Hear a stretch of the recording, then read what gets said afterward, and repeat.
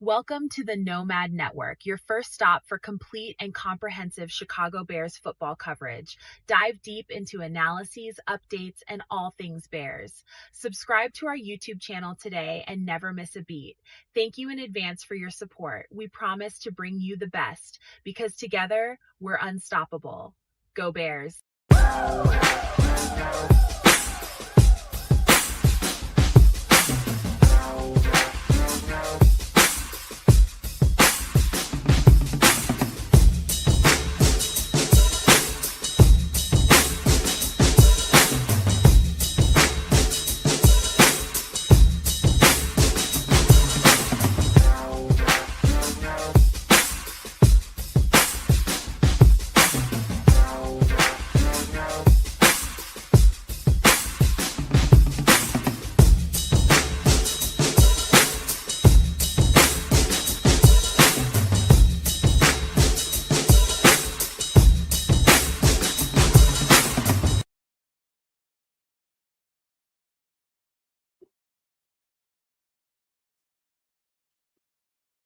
Yo, no maniacs. Welcome into this edition of Nomad at Night. We are in the thickets of the offseason, and this is how I know football is right there peeping around the corner when it starts cooking outside. And it is starting to cook out there. It's simmering out there. And that's how I know. My body always lets me know we right there at the edge of football season right now. And it's not that far away. I know it's a few weeks from now, 3 or 4 weeks, give or take, but man, it's right around the corner, man. So this is not going to be an empty calorie show, but we don't have a lot. But what I have to talk about, I think it's only 4 or 5 bullet points of the argument of what ingredients does it take to make a championship NFL team, and do the Bears have that? I have 5 nice bullet points to discuss here, but they're simple points, but it's going to, trust me, it's going to bring up some engagement, man. I think we're going to have a nice time talking about that because the opinions will differ. But welcome in one more time, man. Get ready to have a nice show tonight, man. It's hot outside. And also, man, I can't wait to get the show done, to be honest with you. Don't tell nobody, but my girlfriend and I, we about to finish the show From. Anybody a fan of that show out there, let me know. But that show is dope. It's real dope, man. If you like different, you like a little sci-fi, you like a little horror mixed in together, that's the kind of show you want, man. It's on MGM Plus. It's just MGM. Man, it's a great show. We're about to finish that up. And I don't know, we're going to do a little Chicago PD, man. We're having a nice little Jameson weekend, me and my girlfriend, man. We're just having a good time trying to stay cool, man. But let me pass the rock on over to Canada, man. Go throw him an alley-oop. Hopefully he ate a salad today. He can dunk. No salad today. Today we ate we had a little bit of Indian food today. We went across the board overseas. Something a little bit different, a little bit of vegetarian fare. I had myself a samosa chaat, which is a vegetarian samosa mixed with some like Indian yogurt, some 3 different type of chutneys basically, and they mixed that together, and it was dope, man. Had that on some white rice, and that was it. No meat for your boy today. Just kept it nice and vegetableized, and I'm good to rock, man. At least the chef isn't coming to ruin my situation. I'm well fed and I'm not hungry. You know what I'm saying? But it's Sunday. Welcome in, one and all, to Nomad at Night. We're going to do it again. Leo Reigns, what it do? Smitty Q, what it do? Big shout-outs to both y'all in the chat, and I guarantee more folks will be here soon. Levante as well, first one in the chat. Oh, I didn't see Levante. I didn't see Levante. Big ups to Levante as always. Oh, there he is. There he is, man. Peace to you, Levante, as always. And we'll get it done here. Nothing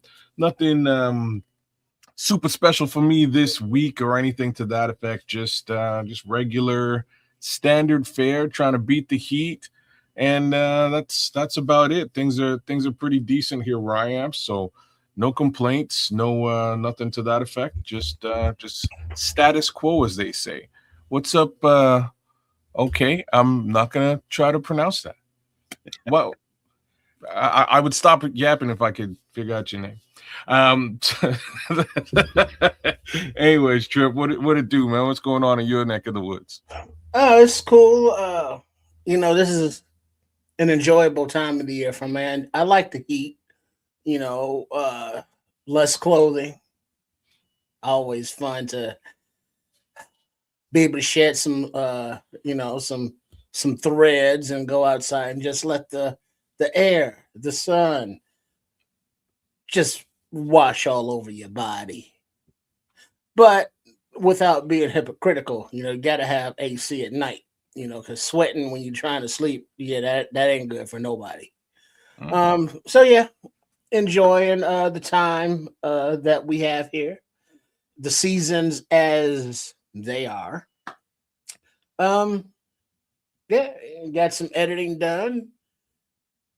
Oh, and shout out to BCP Bears Country Podcast was on there Thursday night with. How did that go, man? I didn't get the chance to jump in. I was on some late night work. I was doing training, clean up to like 2:30 in the morning, man. But I wanted to jump in and say at least what's up. How did it go?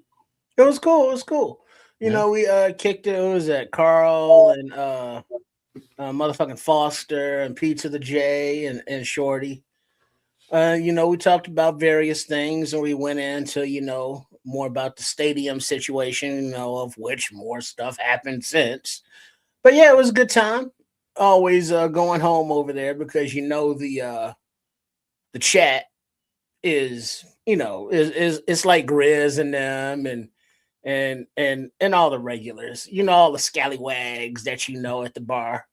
When they come in, you say their name because everybody's at home. So big up to everybody there, and it's Sunday night now, so let's see what's popping as we, I guess, end one week and start another with another month starting this week. All right. Yes, indeed. What happened with me this week? Yeah, of course, more work. Might be just for the it won't change a whole lot, but weekdays I might be occupied, let's just say, during the day. So people that enjoy the the shorts in the middle of the day, I might be away. May not see those until like later on in the afternoon. So they'll come, but a little bit later on in the day. So just be thinking about that. Might have to alter some stuff around, but we'll see when we cross that hurdle. Also, man, I pulled the trigger on a 2010. I think we talked about it a few days ago. Chevy Equinox. Oh, you did pull the trigger. I did. We got it. Yeah, it's a nice vehicle, man. It's got, like I told you, man, it has some of that storm damage. The hail beat it all up. Mm-hmm. Yeah, you're saying you're getting a good deal. Yeah, it's a really good deal, man. I only got it for a few thousand. And it's a nice vehicle, man. But it's got a little, it's a 16-year-old vehicle. So you got to start, thinking about, got a little bit of some kind of little joint problem in the bottom of it, like a ball joint or something. But going to let the mechanic down the street from here put it up in the air and see what's going on with that. Nip that in the bud. I think we got a real good vehicle. Sweet. Good for you, man. Cool. You said 2010? It's 2010, yeah. That's a good year, man. That's a good year. I say that because my Infinity was a 2010, and I love that car with all my heart. She's gone now. Hey, I had a homie that told me to never buy an Infinity or an Acura. What you say?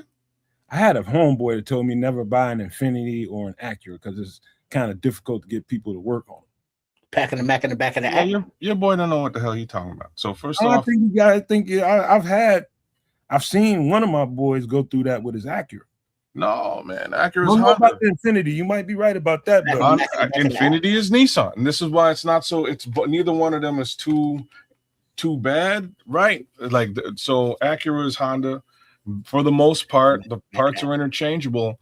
You should be okay. Same thing with an Infinity at a G37, G35, G37 are sort of just luxury equivalent to a Maxima and an Altima. So parts are more or less ubiquitous. If you need to go in, like we got a little spot here. We call it Kenny U Pull because you pull the damn parts yourself. You just go out there. We got those here. Okay, same type of thing. So I rolled down there, found myself a Maxima. I had a little my daughter, man. My daughter left a cheeseburger on the seat, not like you have like an armrest in the middle of your back seat. Right. She left it on there and then closed it up for the winter. So I didn't even know. I came back and it had like fused into the armrest. You know what I'm saying? So like I had to pull that armrest out. I was like, what am I supposed to do? So I went down to Kenny U pool, pulled myself an armrest right out of a Maxima. It's the exact same damn thing. Slid that puppy in and away we go. We're good as new. So like I say, those two makes and models. Same thing with like similar things with Lexus too, man. Lexus for the most part is Toyota, so you should be able to pull parts from a Camry, which is probably your closest to like the 300 series Lexus. But all those three manufacturers are just luxury brand, generally with all-wheel drive case scenario for Honda, Toyota, and Nissan. Yeah, man, it's my Lexus. I never really had a problem, finding people to work on it. One time when I first got to Georgia, I ran into somebody because I can't remember exactly what the situation was. He kind of turned me away. I'm just like, really? So yeah, I ain't really. You'll find trouble for people working like the brands. If you got a Jaguar, or if you got a Land Rover, and I have a Land Rover, your ass out. You need to go find somebody. You need to find special people. Let me tell you right now, shout out to the MFs at Hunt Club Jaguar Land Rover. Just have to give these guys a bit of props because I ain't never had service like this in my life. I'm just saying. Never had service like this. I walk into that joint. First time I went in there, I was scared because like I assumed they're gonna charge me out the nose. Turns out a homeboy from high school works there. So I'm like, great. This guy's working right here. Kyle, what's up? What's up? Like, give me the homeboy discount and all that. So he kind of hooked me up. But right off the bat, they're like, all right, sir, we're gonna take you out to your loaner. I'm like, are you sure? So they put me in like a brand new Land Rover Defender, which is like just a monstrosity. This is crazy whip. So I jump in this thing and I go off about my business. And then I read the fine print and it says something to the effect of like, if you don't bring this car back, we're going to charge you $150. So I assume they're going to charge me $150 a day because that's kind of what the fine print says. So I come back the next day at like 7:30 in the morning, keys. Like, yo, y'all just take this back because I am not trying to pay $150 until my, per day until my thing is finished. You just take that and let me know when it's finished. I'll get the hell out of here. I'm like, sir, okay, but the whip is yours. You can take it for the week if that's how long it takes us to fix your car. How long is your car going to be in here? We don't know. We tell you when you need to bring the car back, but the car's yours. I'm like, all right. I'm gonna backpedal out of here with these keys. Like, you can stop me anytime. Yeah, we're not stopping you, sir. All right. I jump back in this whip and off I go. And that's just the level of treatment they give me every single time. I had another story about that, but I'll leave it for another time, man. But you ever had to and if you never had to do it, you wouldn't know what the pain is like. You get one of these newer model cars with all these key fobs and all this kind of stuff, and lose that. You got one key and you fuck around and lose it if you want to, and see how much it's gonna cost you to get another. Brother, man, I won't, man. I know so much about what you're talking about, man. It's like $1,000. Yeah, you know what I'm saying? It's like a good $750. You know what I'm saying? Like, that's basically what you're paying for. Don't lose your key fobs, y'all. Keep them in good standing. And yeah, I know all about that because of my job and all that. But I'll leave that alone, man. I'm sure folks want to get into football. Bro, I took my girlfriend to what was the Georgia State Fair, I think it was, and we's out there, and I mess around, and for a whole almost 24 hours, I'm without a key. This car just stuck out there at the fair. I'm just like, man, I go talk to people trying to find somebody that there's just like, we ain't got no kind of reference for your key, man. It's not like we can just pull it out of thin air, dog. We need. And I went to the dealership, and that's exactly what they hit me with. I think it was like, told me shit was like $780, some shit. I can't remember. But it made me physically sick to the stomach. Like, this is what I'm gonna have to pay for a key. And luckily, I go out there and me and my girlfriend just decide we're gonna go out there and just walk through the lot and see if we can luck up and find it. That's the last ditch effort before we have to go pay that money. And sure enough, somebody turned it into the guards gate. Oh, you're lucky, bro. Man, who you telling? I ain't need to be paying that. I just couldn't. No, that was gonna hurt me at that time because I had stuff going on. That's luck, man. Because the company I used to work for has a technology along those lines. It's for like,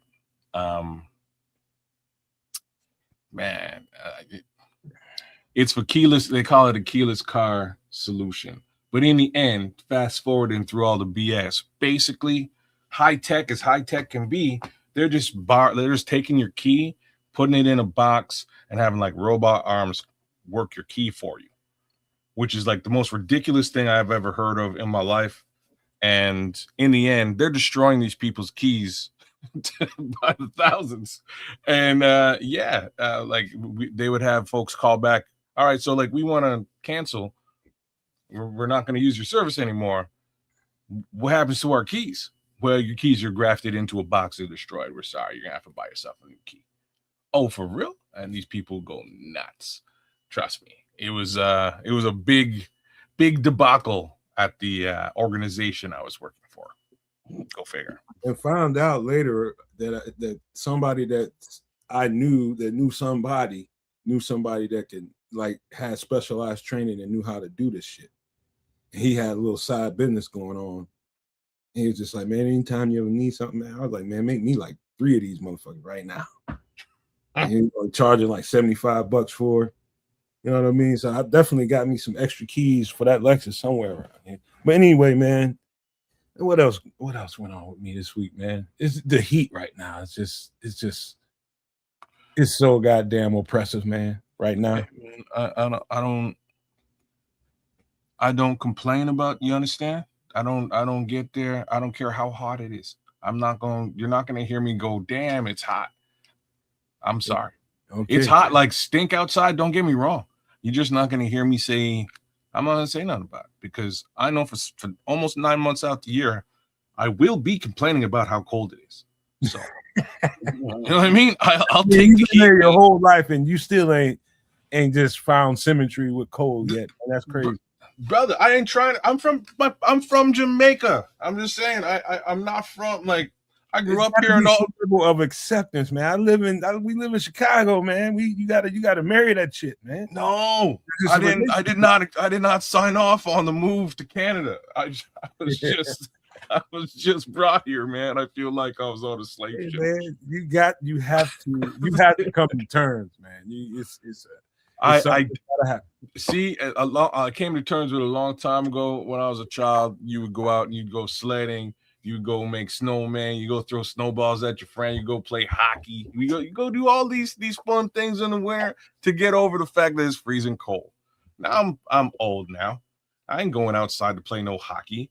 I can give a damn about a snowman. I might throw a snowball at you though. That's about as close as it's good. Yeah, from the porch. But kids, you know what? I do feel sorry for people who need that outlet and just need to be moving around and too much enclosure gets to them. I feel for people like that because I'm exactly the opposite. Give me more. Give me more of that. I'm cool with myself. I'm cool with my home. I'm cool with the one I'm with. And it is groovy over here. You know what I mean? It's just, we enjoy it. And so it's a great time for us. I mean, summers and spring and summer is filled with a whole lot more work for me. You know, when you got your own stuff to take care of, you got moms, you got grandma, because she got lazy sons that don't want to look after her. You got all this, you know, she got property. Damn, you calling them out? Yeah, I'm calling them the fuck out, man. They lazy as fuck. Damn. It's the truth, you know. Hear that, grandma? No, the sons. I'm talking about the sons, not grandma. The damn sons. you know, but she raised me like her, so I'm like an extra son, you know what I mean? So yeah, it's all work for me, but it's all good too. You know what I mean? It's all good. You know, when I got to go do something, I just got to go do something. What up, Ski? What up, Paulie? Yeah, man. Big shout outs to Paul. Big shout outs to True's out there, man. Jay Grizz is out there. He's got some questions for you though, Trip. Hey, Paul, I got some music, man. I got some shit that you can sink your teeth into for beats. I know what you asked for, and I got it for you. I wanted to see if I can get you to get us a nice hype video for the season. Think you'll like the music too. Oh, cool. Yeah, you know what, Paul? Yeah, that's a great little hookup. Because I remember Paul was asking about some tunes some time ago. You're right. Yeah, I'm gonna give him some beats anyway, just so he can do some of his own stuff. I think he'll like it. What's popping, Rhett? Yo, so on another note, Jay Grizz is asking, yo, Triple R. Here we go. Yo, Triple R. Hold on, before you go there, kids. Hey, Paul, let me put the email up real quick so you can email me here. Because I'm not sure if let me take that comment down. Email me there because I'm not sure if we got. I can't remember if I know we exchanged emails and all that kind of stuff, but just hit me there so we can get up to date because I'm not on Twitter no more. Yeah, Paul, that'd be super cool, man. He does Paul Ski does some dope videos, man. So yeah, so Triple R, do you keep your onions, tomatoes, apples, and oranges in the fridge? It's a serious question. He's asking for a friend, though. No, and no. Onions under the counter, you know, in the cabinet, you know, with the pots and pans. Nice, cool, dark, dry spot. You didn't ask about garlic, but that's and it's, you know, cloves on top of the toaster oven and on the counter. Apples, oranges, tomatoes, countertops.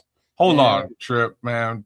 Paul Rodriguez, we love you too, bro. Yeah, man, we got to make sure we give Paul a shout out. What up, Paul? Stop playing, Paul. We got you. And we love you too, brother. Sorry, Trip. Under the counter. What was the first one? Tomatoes, though. Tomatoes. No, you want to leave those on the counter if they're still green. Okay. Because if you put them in the fridge, it'll stop them from ripening. Yeah. But once they're like ripe, then you can put them in there. It'll extend them for a few days. Yeah, I'm right there with you. Everything 100% the same, right? All those things are out of the fridge except for tomatoes when ripe. If the tomatoes are ripe, I put them in. But now sometimes I will throw in, like if I know I'm going to be eating them, like some oranges or tangerines or something, I will put them in the fridge and then eat them later because I like them, you know, chilled. Hey, I like depends on how I'm feeling. I like a pear at room temperature at times if it's ripe enough. But if it's a little unripened, I like it cold and crispy. Okay. Word up. Depends on the fruit, how ripe it is. If it's really ripe, you got to throw it in there. Because it's just gonna basically, you leave it out too long, as you ain't gonna have it long. It just refrigerate, or it goes into a smoothie. You know what I'm saying, kids? Keep the eggs on the counter when drinking that right now. All right, man. You know what, man? I'm just thinking right now. You got me thinking about that fruit and vegetables and stuff, man. Because we haven't this year we usually go and get partially grown plants. We go to the market and get some of the the seedlings, the little seedlings. We're just helping out the local community. We get some of their stuff and we put them in the dirt instead of trying to go from seed with everything. All right. And so this year we just didn't, and we went from seed with everything. And this year, I don't know why, but we're getting a little diminishing returns. The only thing I see out there, and we planted probably about 6, 7 different things. Only thing I'm seeing out there is tomato and cucumber so far. But that's okay. Sometimes that happens. You don't have plenty of those, though. Man, I don't know what it is, but I can't grow strawberries for the life of me, man. That's all I got to say about all that. I can tell you why. It's probably the depth of how you plant your seeds.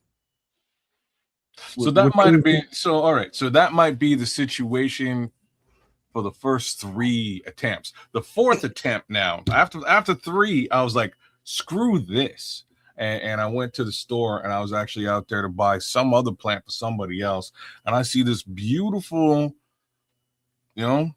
pre-planted strawberry situation. Ain't no strawberries on it, but they will grow, or at least that's what I thought would happen. So I spend the $20. I buy this thing of strawberries, bring it home. I've been watering it, and it just ain't growing. Go figure. I don't know. Let me tell you something. Those are teeny tiny ass seeds, and all you really do, you need to take like a let's just say a nail file or something, and just go over the dirt lightly. Just make a line, take those little teeny tiny seeds, and just sprinkle them up in there. And I mean, like, you barely scratching the surface level. You know what I mean? You can't like dig a hole and put those little bitty seeds in there and think you're gonna get strawberries. You gotta like basically raise the surface. So you're saying it's too deep? Yes, yeah, it's too much depth.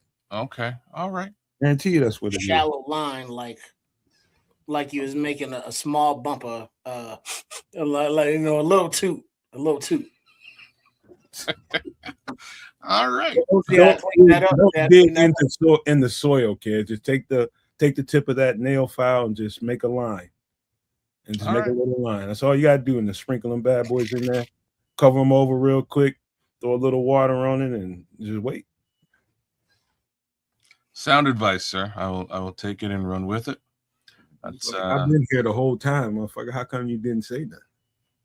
Well, what the hell? I thought you just put water on the shit and it grows. This like I didn't realize I needed. Start messing around a little bit more. You'll understand certain things. Like you can put like a green bean damn near anywhere in the ground. That's something going most of the time gonna come up. I mean, I don't pretty much how deep you put it in there, it don't matter. It's just a resilient bean. Beans are like that. But like that kind of vegetable, you don't want to get too far away from the surface because the seed is so small. Okay. Well, thank you for that. I didn't realize I needed gardening tech support, but clearly I do. So there's that. Most shit you can just throw some seeds in the ground. Most of that shit will come up, but some shit you cannot. You got to know exactly what kind of depth you need. Interesting. Like I said, I had no idea, but that doesn't explain what's going on with the actual plant that I got going. It's grown. It's just dying, and I hate it. Anyway. I'll tell you what you can do to start it. Now go get some more strawberry seeds. Take a little piece of napkin, throw those strawberry seeds on there, and then fold it over. Fold another piece of the napkin over top of it and just wet it. Germination. Put it on your counter or something. Put it in a Ziploc bag and just see what happens. All right, I've been meaning to give that a shot, actually. So I'll do it because I go through, good Lord only knows how many strawberries in a year. I am a strawberry monster, and it's just the truth. My buddy, speaking of strawberries, was telling me about he's growing strawberries, but white strawberries. And that I gotta get all racist for. That's that GMO shit. Nah, he's into like colors and shit like that. So instead of just your red strawberries, he got some white seeds, some like yellow seeds or something. But this year he's stuck specifically with the whites. But whatever pot or bin that he's using, he's used it before, like last few years for strawberries. And he's saying that they're coming in more than he planted. So as, the developing strawberries kick off those seeds, they're going to be in that soil as well as the ones that you're planting. But his are coming in and he's got the white, big, nice, sweet strawberries, taste like strawberries, that they're white. And Oh, I've seen those, man. Those look delicious. I have to try those. not antique, but there's a word for it. Begins with Yeah. A. You got me. Well, once you get to gardening, I have to defer to. What you ask, Trips? There's a word, something about seeds, and traditional. It's not antique, but there's a word. Original, no. Authentic, no. There's a word, but I can't think of the fucking word now. It's gonna mess with me. I know what you're talking about. It's on the tip of my tongue too, but I know what you mean. Yeah. Somebody help me out, chat. Y'all know what I'm talking about. Ain't nobody know what you're talking about, but you keep going. Aerial. We're with you. Heirloom. Ding, ding, ding, ding. Thank you. See, he went with albino. That's kind of what I was thinking. But hey, why you gotta scare me? Sorry. Well, you gotta get personal. Settle down. I'm sorry. Come on, Smitty. That's not cool. I mean, you be out there in the middle of the road and be fog coming through, and it's like, what was that? And it's like, it'd be one of them. Sorry, I just got a flashback to the movie Me, Myself, and Irene with Whitey the albino, which is great. Mm-hmm. That was a great little addition to the film. Real talk, Trips, man. Grab some of them shits for your little seed bank, man.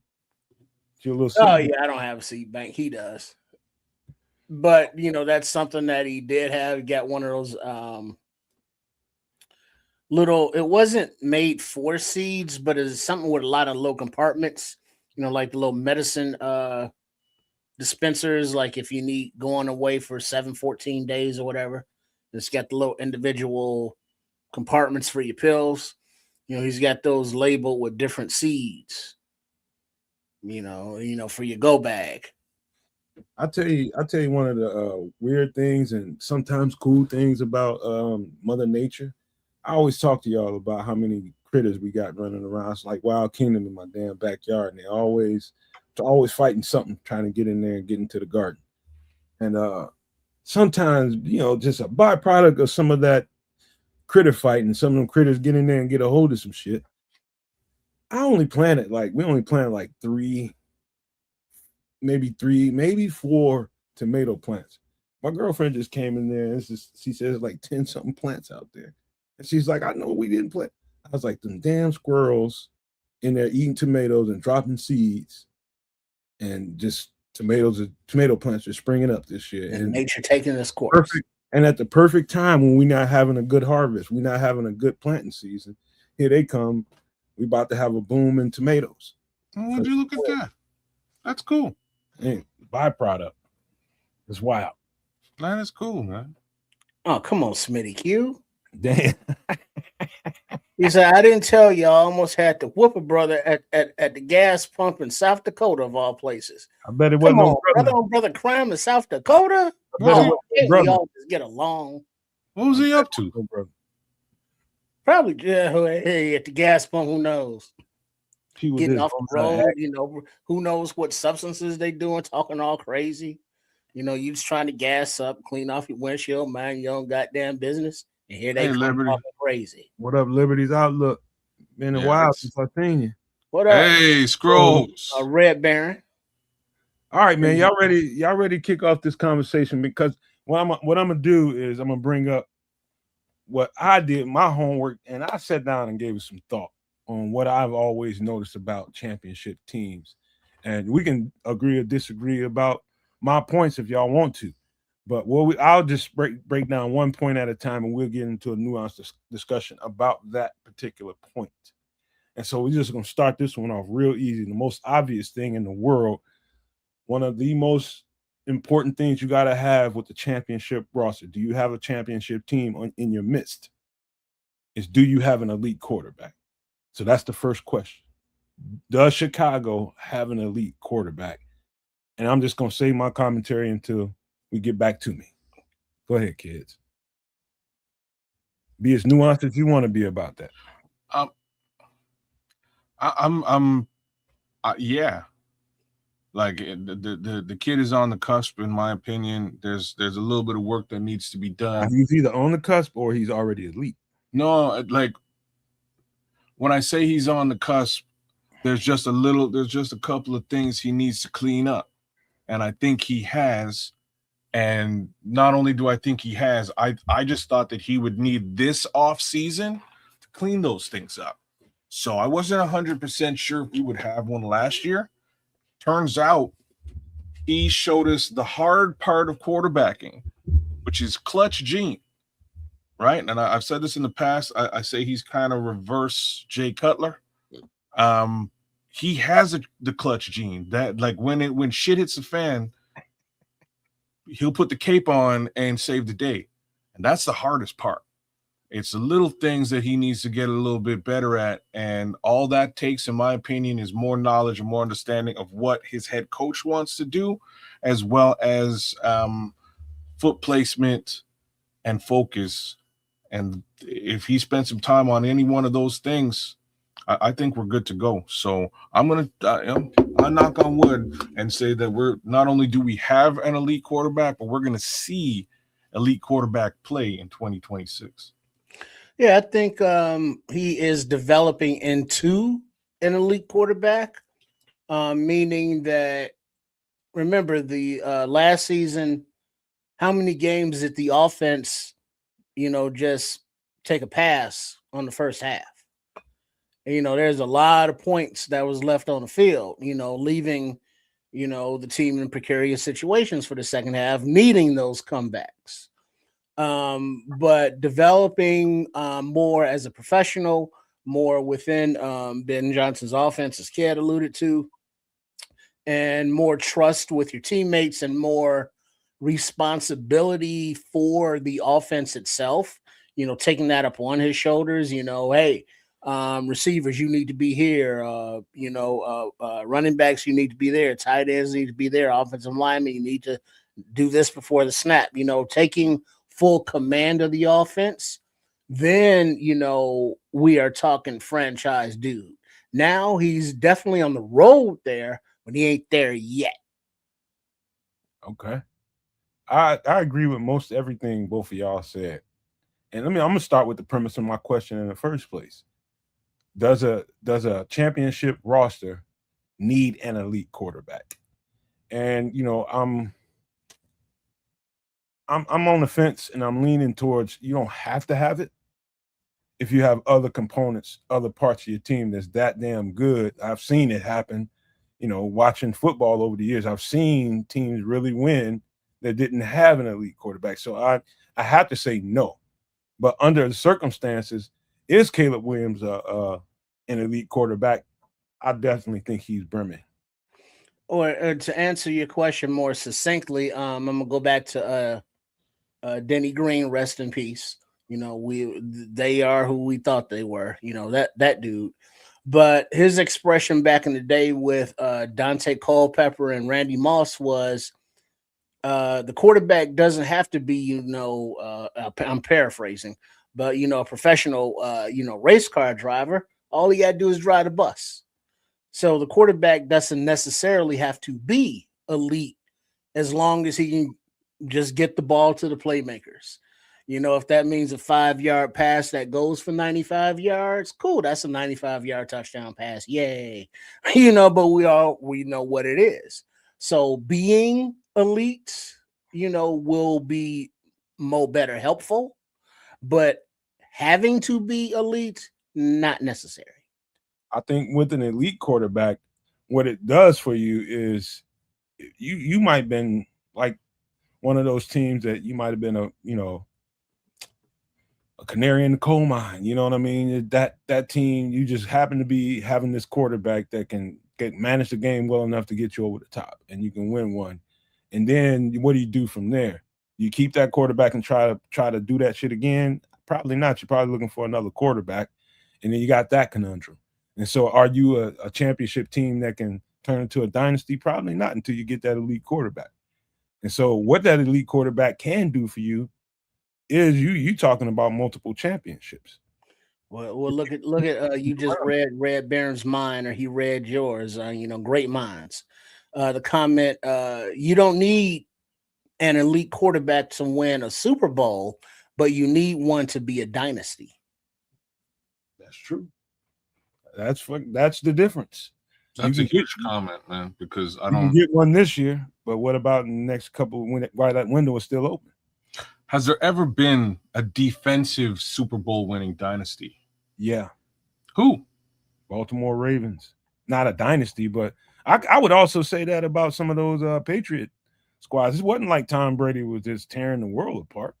Who is the quarterback when Ray Lewis was on Baltimore? Probably Joe Flacco. Flacco, Dilfer. Yeah, so Trent Dilfer. So guys are just driving the bus. Pretty much. And there's a case to be made all over the place. There's several quarterbacks that didn't have long NFL or just didn't have star quarterback careers that won Super Bowls. But were they a dynasty? Darnold just now. That was kind of a slap in the face. I think Darnold is good right now, really good. But I understand what they mean by that. Sam Darnold was a nobody yesterday. So I'm going to say it again. Or were they a dynasty? Meaning multiple Super Bowl wins. They got multiple. I'm talking about the Ravens. The Ravens got 2. You're right. You get more than one, man. You need to start. I ain't gonna say it's a dynasty.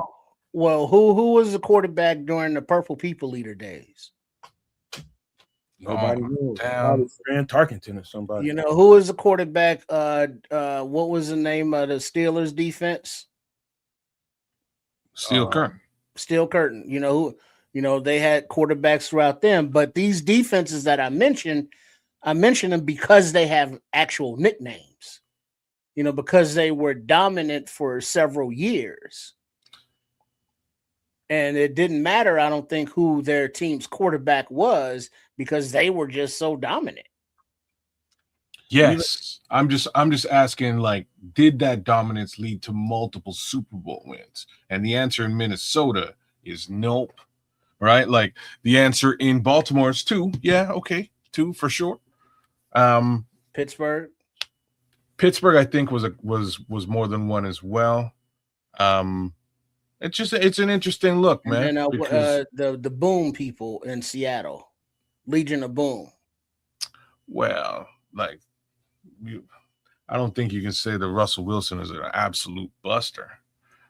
But franchise or he's good. Perfect scenario. Even though we only got 1 out of that team, like if they could have kept the Bears together and that whole rift between Dick and Buddy would have never happened, and they would have that's 3 or 4 Super Bowls easily. Well, the defense was intact in '86, right? Unfortunately, Walter wasn't healthy in '86. He just wasn't. It was more Neil Anderson than anything else. It was going in another direction because of the rift between Buddy and Dick. That did not help. Yeah, that put the nail in that coffin. Yeah, plus Walter not being there too. But they were at the point where Walter wasn't he wasn't the Walter of. Well, I wouldn't even. Walter had a lot of miles on those legs. I wouldn't even say that, but like. Neil Anderson was a bad MF too. Like nobody talks about Neil Anderson, man. Neil Anderson was a bad MF. Because it was like what he was like bad for 2 seasons, 2.5 seasons. That's about it. Yeah. You know what I mean? That wasn't long enough to get talked about like that. That's fair. There's another one. I like this one here, Jay Grizz. That's right on point. The Buck. Let's see the Tampa. You know what? Bucks both of those teams were, defense. man. But Tampa only won the one time. The Giants won twice, and it sure as hell wasn't Eli Manning's fault. You're damn straight, Jay Grizz. You know what I'm saying? Like Eli ain't like. There's at least one of them Super Bowls they won because of Eli, but that doesn't make them elite. Man, I can't.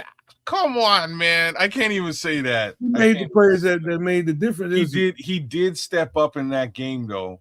He did. Right. And like I say he stepped up. No. It might have also been the entire team because that catch off the helmet, he didn't make that catch. And it's clearly a bad throw. You know what I'm saying? Like he did not make that catch, brother.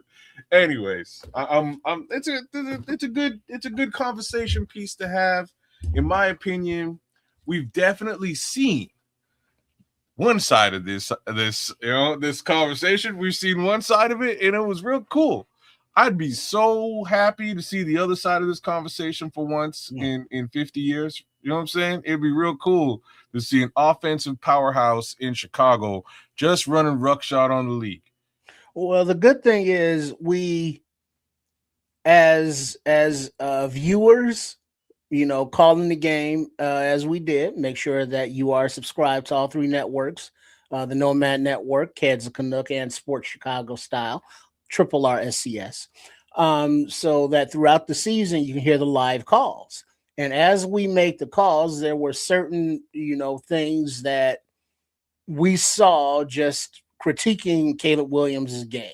His footwork, his pre-snap judgments reads, his putting balls in a catchable position to get the receivers run after catch. And, to a point, we've heard Ben Johnson and Caleb Williams address, those issues and, others. But to have in the front of their minds, hey, we need to improve in this area, and this area. And him personally, as the footwork aspect and the ball placement aspect and, the mental aspects. So recognizing that he has those hills to climb and those challenges to overcome,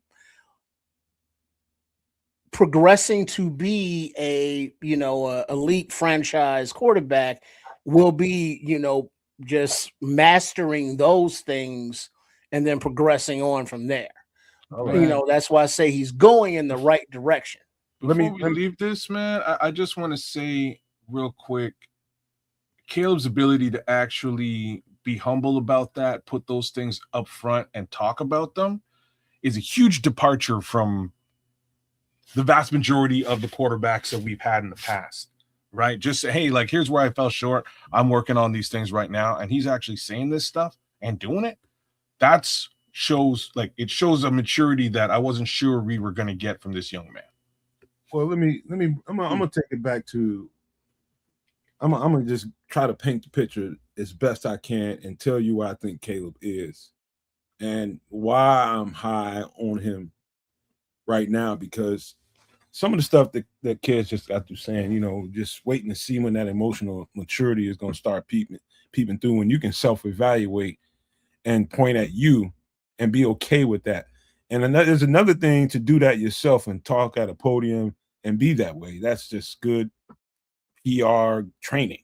That's what that is. But when you're in the building and out there on the field and that coach is lighting into your ass, when I tell you he's in your ass, he's in it. I can listen to some of that conversation during the same stuff you were listening to, kids. And I know that it was a point where he almost broke because Ben Johnson was on him. And it was starting to get to the point, like, just listening to him talk, he was just, I'm not sure if this guy even likes me. And that can happen. Brother, man. He'll admit that too. This is where I'm seeing the maturity.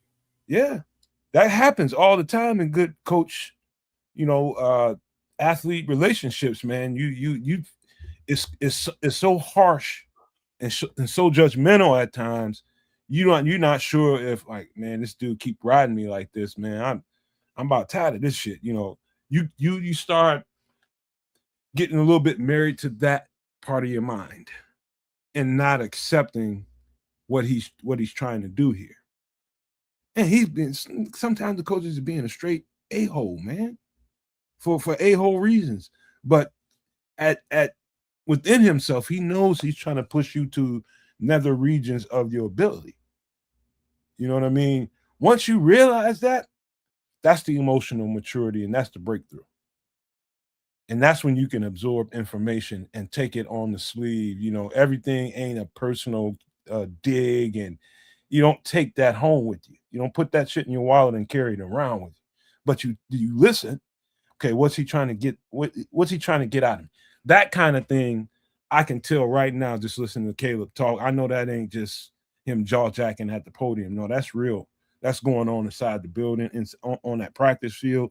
He's going to push Caleb until, it might be a point where Caleb get to a point where he can't take it no more, and it might be a little back and forth between them, but they'll fix that. That'll happen at some point for sure. It happens in every good player, coach quarterback relationship. That is going to happen. Trust me when I tell you. They're gonna bite at each other. Trust me. I have a strange feeling that they won't, and there's one reason why. We'll see, and odds are he's 100% right. But the reason why I feel like he probably won't do that bite back thing or get frustrated in that regards and lash out is because he actually believes in what this guy is doing. That don't mean he won't bite back. You don't think so, eh? Well, no. Remember last year there was some frustrating times on offense, and Caleb had that look like, "Fuck, what's going on here?" I don't know if it was Johnson with had that Ben, one look, but the process of maturation and growing together and building that relationship is when, we know that Caleb Williams is very receptive to coaching. He's very open, but the times when shit is hitting the fan and it's very frustrating and it's very hard and something, there's a hurdle that he's just not overcoming. And now Ben Johnson is still pushing and pushing. And then there's that breaking point that as a human being we all have, but then that's the push-pull. Now, as a good coach, as a good offensive mind, you have to go, okay, all right, I found this breaking point. Let me pull it back a little bit. Let me reframe, refocus, let him catch his breath, and then take it from there. So it's always going to be, how much can I push this guy? How much can I push this guy? How much can I push this guy? And it's like, yeah, keep pushing, keep pushing, keep pushing. But it gets to a point, it's like, hey, stop pushing me, or at least slow down. So it's that building of that relationship. And, because I'm sure Andy Reid knows how much he can push or Kermit the Frog over there. I'm sure Bill Belichick knew how much he could push Brady, because they went to that point. To get to that point, you won't never know until you go too far. Right. You won't never find that balance unless you push it over the edge a little bit. Now you know what to do and what not to do. Rein it in. It's gonna be a couple times, and it's gonna probably happen live on TV where everybody's seeing. It's gonna be some FUs get thrown around. It's gonna happen, man. Trust me. But it ain't the worst thing in the world. But the point is, him being receptive to it is the number one thing, and not taking it personal. Because I guess Ben came on like a lion, bro. I mean, no pun intended, but he came on really, really strong with Caleb and was really, really critical of him in his game. And he didn't know what to do with that at first, because the little honeymoon was over at the podium. Then when Ben Johnson got the job, once they got in that building, he was on that behind, bro. And and so that part I feel pretty confident about. That marriage is just gonna blossom, man. They're gonna love each other for probably the rest of their lives, as men. But the other thing too is Caleb Williams. I don't know when I start really seeing it. I think sometime last year. It was a couple of games here or there start peeping through for me. But more importantly, this year is when I really saw the signs. And I'm just like, oh. I don't remember what game particularly, but it started to grow after that, and just started to grow and things start to manifest. Probably was after that bye week or something. I just want to believe it was that time. But I start to see things in him, and I start to see him start to dictate, instead of the game being dictated to him, he started to dictate a little bit. And it was great growth. And I'm like, okay, I'm seeing it once. Boom, I'm seeing it again. Then I'm seeing it 3 times and 4 times. I'm just like, man, this dude, the moxie started to come out. The true moxie of greatness starts to peek through. And my question is, why I'm not saying he's elite yet, is stack that season. Stack that season. Go right on top of that season with some more of that. Give me that again, and that's when I'm going. That's an elite quarterback right there. He's right there, peeping right through there. I want to call it for him right now, but he's just right there, in my opinion. He's just right there. And Like I'm just keeping it a buck right now. And that's cool. I think he's ahead of that. And the only, you know me, man, I'm usually the guy to say wait and see. We'll see what it looks like and all that, especially with this defensive case scenario. But with the quarterback, I wasn't sure what I was getting last year, and he showed me a little bit more. The stuff he needs to deal with now is he just needed to believe in the system. He needed to believe in the head coach, and he's going to buckle down and clean up the footwork and the other little things. I know he is, because he knows what the problems are, right? So I think he's going to come through and actually do the job and do it so well that it puts the league on real notice that the Bears are effing here now. This is the best question I've seen in here so far. Shout out to Jay Grizz for this one. And this one might surprise y'all with my answer, but Jay Grizz says, do y'all feel like Caleb has full autonomy with the offense and Ben allows him to audible out of every and any play that Caleb sees fit at the line of scrimmage? I'm going to just say yes and no. Yeah, I'm going with no. Yeah, I'm going with their planned like pre-snap reads to audible into, but as far as just changing the play, yeah, I don't think we're there yet. I think he has some flexibility at the line of scrimmage. He has to have some. You have to give him some rope, but the full autonomy at the line of scrimmage, nah, I don't think he's getting all of that yet. I don't think he's got well enough grasp of the system yet. I don't think the system's even in place like that yet, right? Like, to my understanding, they were still doing installs in the playoffs, right? So, I think by 2027, again, back with that year for me, I think by 2027, the kid will have a full understanding of Ben Johnson's offense and be able to execute it inside out and backwards. I think he needs one more full year in that system because, in my opinion, I don't think the system is fully implemented yet. Oh, no. Yeah, they're definitely still working a lot of kinks out with that in that regard. So I don't think there's no way he's got full autonomy at the line of scrimmage. He has some autonomy. If they seeing stuff and they talking about stuff in during practice that week and they doing film session, hey Caleb, you see this, and I call that. If you see something at the line of scrimmage that makes you think otherwise, trust your gut. It's probably some of that built in, but this is what Scrolls is saying here. He's saying he allows Caleb to go to plan B, but best believe plan B is still Ben's plan. Like Ben has it built in there for sure. That's a good way to say it, Scrolls. Yeah. Right. You know, we see a lot and talk a lot about the 12, 13 personnel tight ends and all that. But I'm thinking that Ben Johnson has a plan for like a 5 wide, set. Now that he actually has 5 wide receivers that he could probably, do things with. A package of plays where it's like, all right, we need to hurry up. 5 wide, no tight ends, just all wide receivers, and let's run it. I don't think we've even seen that from this offense yet. Here go Grizz with another interesting comment. Jay Grizz says, well, I think that's when we'll begin to see Ben and Caleb bump heads in the future. Decision making. Yeah, he's money. He's dead ass on the money right now. Jay Grizz. Because what Caleb decided to do with that autonomy and that little leeway is something Ben might not have done. It's just like, Caleb, what the fuck did you do that for? Yeah, and that's where we get into like the Cutler Mike Mart situation. You know what I mean? Like that's like exactly the type of stuff we would see there. Man, that's interesting, man. That is interesting. All right. Well done, Jay Grizz, man. Big ups to you for that question. That got me thinking. Yeah, man. You got me thinking on that one for sure.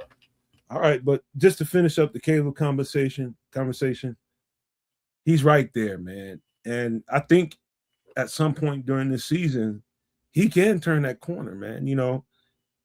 Depending on how I think it comes down to how much Ben is constantly installing and changing things up. I think just to understand the West Coast offense is the fundamentals of it. I think Caleb understands it. The nuances of Ben's offense within the West Coast is what Caleb is learning. The thoughts and the concepts when he sees this front, when he sees this coverage, there's different things, there's different things that happens that they won't be. I just say they probably about 30-35% right with each other, maybe 40. And I think they got that much space to cover. I mean, ground to cover to get where they need to be at. And so what that means, how much time y'all think it is, I don't know. But anything can happen during the season where Ben can feel confident enough with Caleb and he's making the right decisions, or he just loosens the reins and say, you know what? I know we talked about it all week, but if they show you this front and you think that you can get something, go for it. There's probably a lot of that going on now, but he's still learning the rudiments of this offense right now, so you can't do that much. You gotta stay within the structure. 100%. Like I said, I think there's built-in backdoors within the structure that he can access, but when he gets into full freestyle mode is a whole other story. I think that's probably a year to go. We're probably a year out. Damn. Right. You want to hear a more interesting point of what I think it takes to be a championship roster? This is going to be interesting for a couple reasons, but I'm going to go ahead and lay it out there for you. Got to have a dominant defense that excels in the red zone. You can have a dominant defense and be poop butt when it comes to the red zone. They just give it up. Are you talking about bend but don't break? Yeah. You got to have somebody, you got to have the kind of defense, and they all have to have a mindset of we clamp down when we're in this part of the field. We give up nothing. Every blade of grass gets contested. And that's the difference between a team that's in a ball game at all times and a team that's constantly playing catch up. If every time they get in the red zone, they can put 6 up on the board, you basically in a shootout for the whole game. You in trouble. If you can't stop teams in the red zone, you don't have an elite dominant defense. I think we did pretty well last year in the red zone, to be honest with you. A lot of turnovers came out of the woodwork. I think we did okay. Do you agree with the premise? Oh, for sure. Okay. Right. You can teams are going to get you one way by hook or by crook, right? They're going to get you. They're going to put yardage on you. It's just how the world works. If you can prevent them from scoring, you win. Right. And that's really the moral of this story. So I'm with you 100% on this one. Go ahead, Trish. What do you think about that? I get it. Bend but don't break. You give up yards but not points. I would prefer, I think, as we all would, a dominating defense. And yeah, I'm greedy. And I also want an offense that's putting up points. Is that too much to ask, Kedz? Can we get them both? Can we get the peanut butter and the jelly, the Kool-Aid and the sugar at the same time? Well, you know what, Trip? The Hannah Montana theme music is all about this thing. Well, since we're talking about, I'm not singing it though. Since we only talking about defense, I would prefer a dominant, 3 and out, 3 and out, because opposing offenses can't do shit because the defense is that dominant. But as long as they get it done, giving up, if you have to give up points, make sure it's 3s and not 7s. You're not going to live with that. Do you think a dominant defense in the red zone is a prerequisite for a championship team? I like what Scrolls was saying there, man. Let me get this out of Trips right quick. What do you think? Is it no, because I don't know if separating, a dominant defense versus, just a dominant red zone defense. Because if it's just a dominant red zone defense, that usually, I don't know usually means, but I'm gonna guess, I say, and say that the offenses of those teams are probably pretty good as well. Okay, I respect that. But what was it, kids? I'm sorry about that. No. It's cool. I was Scrolls was just saying that the bending also keeps your offense off the field, and it got me thinking like that is not such a terrible That's true. thing. Let your offense get rest, right? That's very true. The team's just dinking and dunking, and you're going back and forth, and these guys are extending drives. It not only wears your defense out, but Wait. You all are talking about opposite things. no, he's talking Kedz about is talking about. From my understanding, Kedz is talking about if the defense is going, getting 3 and outs, you're putting the offense back on the field, meaning you're going to tire out the offense. no. The offense ain't getting that many opportunities because the other offense is on the field. So it's giving your opportunity. It's giving your offense the opportunity to rest while that bend is occurring. So basically, Kedz is saying, let the defense bend a little bit to give Caleb and the crew chance to catch their breath. Whereas I think I'm saying, hey, if the defense can get 3 and out, and the offense is going on long drives, they might be tired, but okay. As long as you're getting in the end zone, I don't care. That's kind of backwards. On an average, which side of the ball on a team do you think plays the most football? Offense or defense? Probably defense. Yeah. So the offense necessarily doesn't need that rest. It's right. And like Red Baron is saying, you want your offense on the field as much as possible. Exactly. Mm-hmm. That means the defense could be fresh as daisies come the fourth quarter, but the offense, is like, please give me some Gatorade, some saline shots or something. Cool. Because then that means that more than likely your team is ahead. This is yeah. So the idea is if the other team's offense is out there matriculating the ball down the field, our defense is bending but not breaking. They stiffen up and clamping up in the red zone. That's good, but it's still leaving your offense is going to get less and less opportunities to, do what they got to do. Smitty talking like a coach right there. He say you never get tired with the ball. You don't ever. They don't need a rest. It's the defense that needs the rest. Because when you look at the stats at the end of the game and you say, all right, offensive lineman ran 32 plays versus a defensive lineman running 32 plays.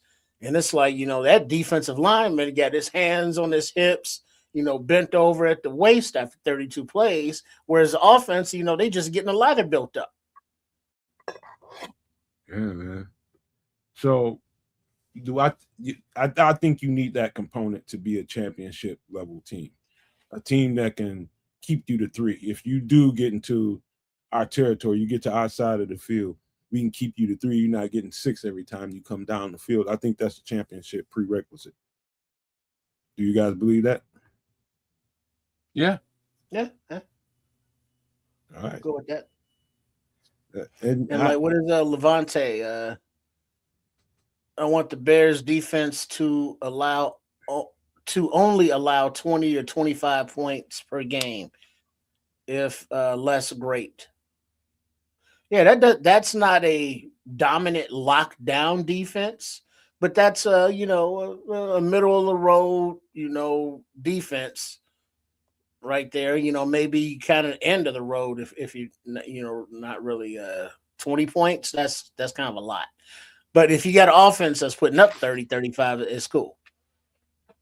All right. So far we 2 for 2. I think we all agree on both points so far. I mean, unilaterally. But this next one, I think we'll agree on this one too. And when I say this, understand what I mean now. Strong locker room leadership. Prerequisite for a championship roster. Yeah, I would go with that. And I would simply say because of one of the prerequisites to get on Ryan Pohl's final draft list One, we know he likes his RAS scores, and the other is his football character. Live, breathe, die, want to be great at football. And, as long as you have those qualities, you're good for his locker room. And those are the type of attitudes and players that he's brought in, as well as the veterans that he signed in free agency and or traded for. Joe Tooney, Grady Jarrett, leaders in their own right, respected by young players without having to be told to, able to keep, your Chauncey Gardners in line. Kevin Byard was able to,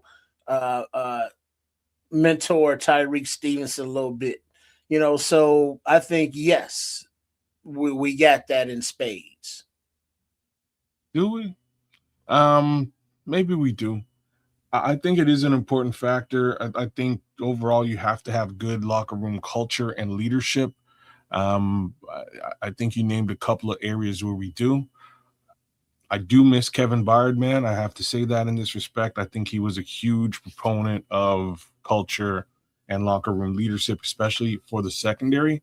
One would like to think that maybe Jalen Johnson, being the older statesman in that secondary, might take up the reins and help help be that leader. Time will tell. We'll see. But I do think it's an important proponent to winning a Super Bowl. You do have to have some level of locker room leadership to help the message from the head coach and the DC, OCDC just resonate throughout the rest of the team. I think this is probably outside of the amount of talent you accumulate, and I ain't gonna say outside of that. I said right. It's a part of that, right? Like you have to have that. That's a part. Right there with the top tier things that you have to have. I think now when I say locker room leadership, first of all, it starts with veterans and coaches. Them two together, the veterans and the coaches. There's a point where the coaches, they're going to bark out instructions on how they expect this program to be run. And this is how it has to be. This is what it looks like. This is what we want, right? That's what the coaches, they lay down the bar. And it's up to them who, pick their leadership in the locker room. You expect them to, and it comes in different ways. Now, I want people to understand it's not always this big, strong bully that can kick everybody's ass in the locker room, even though you probably might need that at some point during the season because you got a bunch of young players that need to be led sometimes, you know what I mean? So you have to have a certain amount of that going on, as well as people that can just really captivate the ears and can really, get to some people. Let's just say, the Bears are having a good season this year, but starting to see a little bit of fracture. Let's just say the ball's not getting distributed well enough and people are starting to complain and you're starting to get a little animus amongst the pack. All right, and you're starting to be like, all right, man, we finna pull him to the side, man. Now you got to have the leaders that be able to sit him down or those guys down and say, man, look, blah, blah, blah, blah. And that player has to be receptive. So do you have the kind of players that can be led and can be coached? Tripp just spoke to that kind of a little bit. They're looking for guys that have a certain kind of mentality. Guys that, that just love football and they want that kind of, atmosphere. Now, you got that going on. You also have to have guys that can, even the younger guys, they have to plan for their time to lead too. So are they taking the keys that are given to them by some of these veterans? The notes, you got to take some mental notes on how to do this because one day you're going to be that guy. Do you have the kind of guys coming in the locker room that can become that guy? And so when you start talking about can we win one now, that's one thing. Can we sustain that winning and get championships over multiple years? That's determined on what kind of guys you're bringing into the locker room. Can they develop into leaders? So you bringing in, you got veterans in here. You might, if you brought them in, some of the guys you might have had, that's going to change. The guard is going to change. But I do think that's a very important part of being a championship roster. Those veterans, those leaders, everybody's not a leader. Number one, I don't care how good he is, how talented he is. Some of them just flat out ain't never going to be a leader. But then you got some of those people that are naturally born to do that. If that's strong,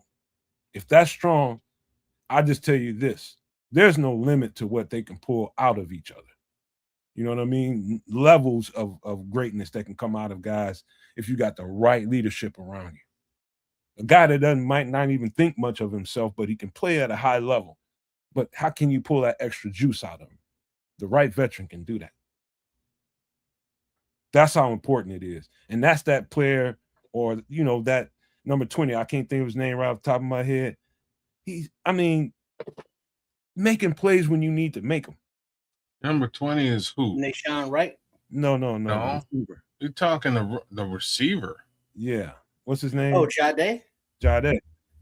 You know, there's somebody that breathed confidence into him. Future at number 9. There was somebody there, whether it was DJ, was somebody, the coach, whoever it was, somebody was breathing confidence into him the whole time. Because the minute he got out there and got a chance to get out there on the field, it looked like he had been out there the whole season, didn't it? It was Antoine Randall, man. He talked about it a little bit. It could have been, but it could have been one of the vet receivers. He was somebody's, people don't get, he was somebody's rookie. And I think it was DJ. I think he was DJ's rookie. So DJ, he was assigned to DJ. And so I'm not saying that DJ is the person that was breathing that confidence into him, but by the time he got on the field, it's like he was just one of the guys. He was just like he had been out there. It looked seamless to him. That's them giving him confidence in practice and in the locker room, telling him to stay ready. That kind of shit happens when we can't see. So that, I'm telling you, that locker room leadership part, if that's not right, you have no good functioning team. You just have a team that you can see, you know, sparks here and there. You might see some fireworks here and there, but it will not be consistent because you don't have the right people inside the locker room. I think it might be up at the top of the echelon of important things you have to have for a championship team. That's my opinion. What do y'all think about that? I like that one, man. I agree. Mm-hmm. All right. So we 3-0. We 3-0, y'all. I think in the chat too.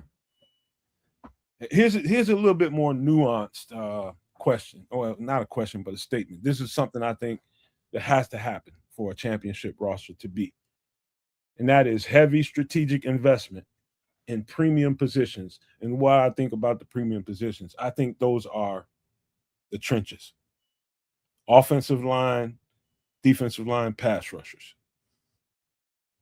Do you think we've done what we need to do? Do you think we're there? No. Okay. I think we've done a heck of a job on the offensive line. There's still work to do. I think we spent a lot of money and made a lot of investments on the defensive line, and there's still work to do. Well, let me reel you back right quick, Kedz, before you go into that. Do you think it's a prerequisite for a champion?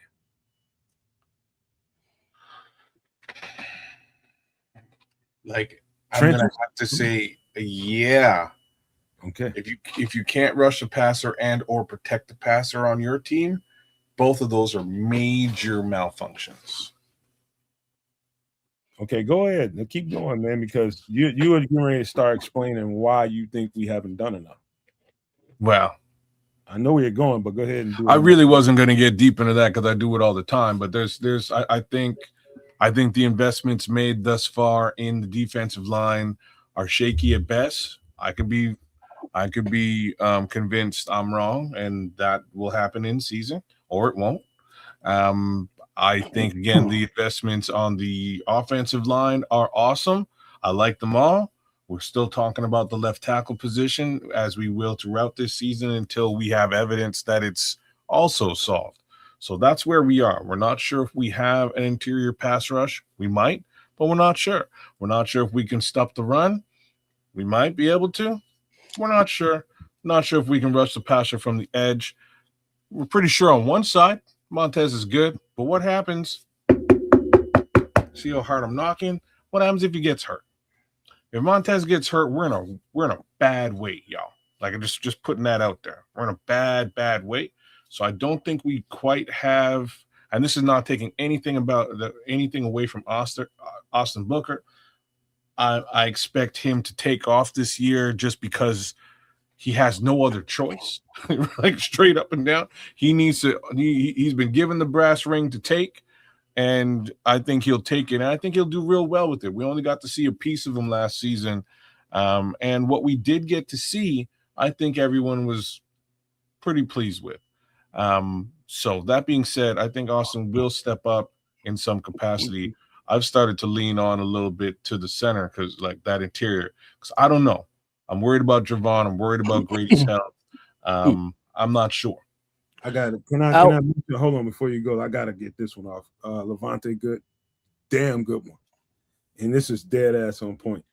Levante says rushing the passer is multifaceted and not what we always think it is. And I always trying to say that all the time. Levante is dead ass right. You're both right. What we think about pass rush comes from, my brain knows this. Somebody else's brain knows that. And what they think of from a pass rusher, typically they thinking of an edge rusher. Yeah. And so that's what he's trying to say here. It comes multiple ways. It's simulated pass rush. That's important in this day and age, in this game. It's not anything new. The Bears in the 85 championship, that was simulated pass rushes pretty much 80% of the time. But it's a pass rush. And so, it wasn't always Dent. It wasn't always, the guy that you would expect to be getting all the sacks. It's coming from multiple different places. And so pass rushers, offensive line, defensive linemen, are they a prerequisite to have a championship team? And what I'm hearing from Kedz is saying we don't have the depth yet. At least I think that's what I'm gonna layer on just a little bit deeper before Trip grabs it. And the other aspect of this is Kyler Gordon, right? Like, I think we'd all be pleased if Kyler Gordon was healthy and on the field and rocking and rolling, because you can blitz Kyler whenever you want. Kyler fast. Kyler gets the job done. He's a heat-seeking missile no matter what direction you're pointing him in. But he's also not 100% going into this season. Going into training camp, damn it. Hey, kid, keep it going for a second. I got to pop out right quick. Sure. There's a bunch of question marks regarding that pass rush that interests me, that need answering. And again, on the offensive line, we got a little work to do on that left, but I also think that one's going to be solved. So we'll see. Trip? Trenches, necessary. Both sides of the ball, yes, excuse me. And as far as has Ryan Poles invested enough in the trenches, offensive line wise, I would say yes. But Dahlman's, sudden retirement, okay, now we got to, trade for an asset, a veteran asset in Bradbury who knows what he's doing, as well as now invest, a second round pick in a draft capital center of the future draft capital. Hopefully, I'm hoping that he can, just win the job, in camp. And then you look at left tackle and it's like, oh, we give all the praise to this 5th round left tackle. Fine, cool. And it's like, well, we know we need an upgrade, so let's go ahead and spend a second. It wasn't Ozzy's second round, draft pick. And then it's like, all right, but he gets hurt. So it's like the expenditures have been there, but the results have not. And then the defensive line, Pickens and Dexter were second, 3rd round picks, what have you. You would expect more from them.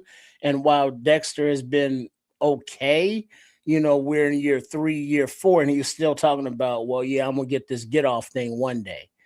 And the amount of contracts that have not seen fruit or bared fruit in Dio and Jarrett, the beginning of the year, because of injury, shit happens.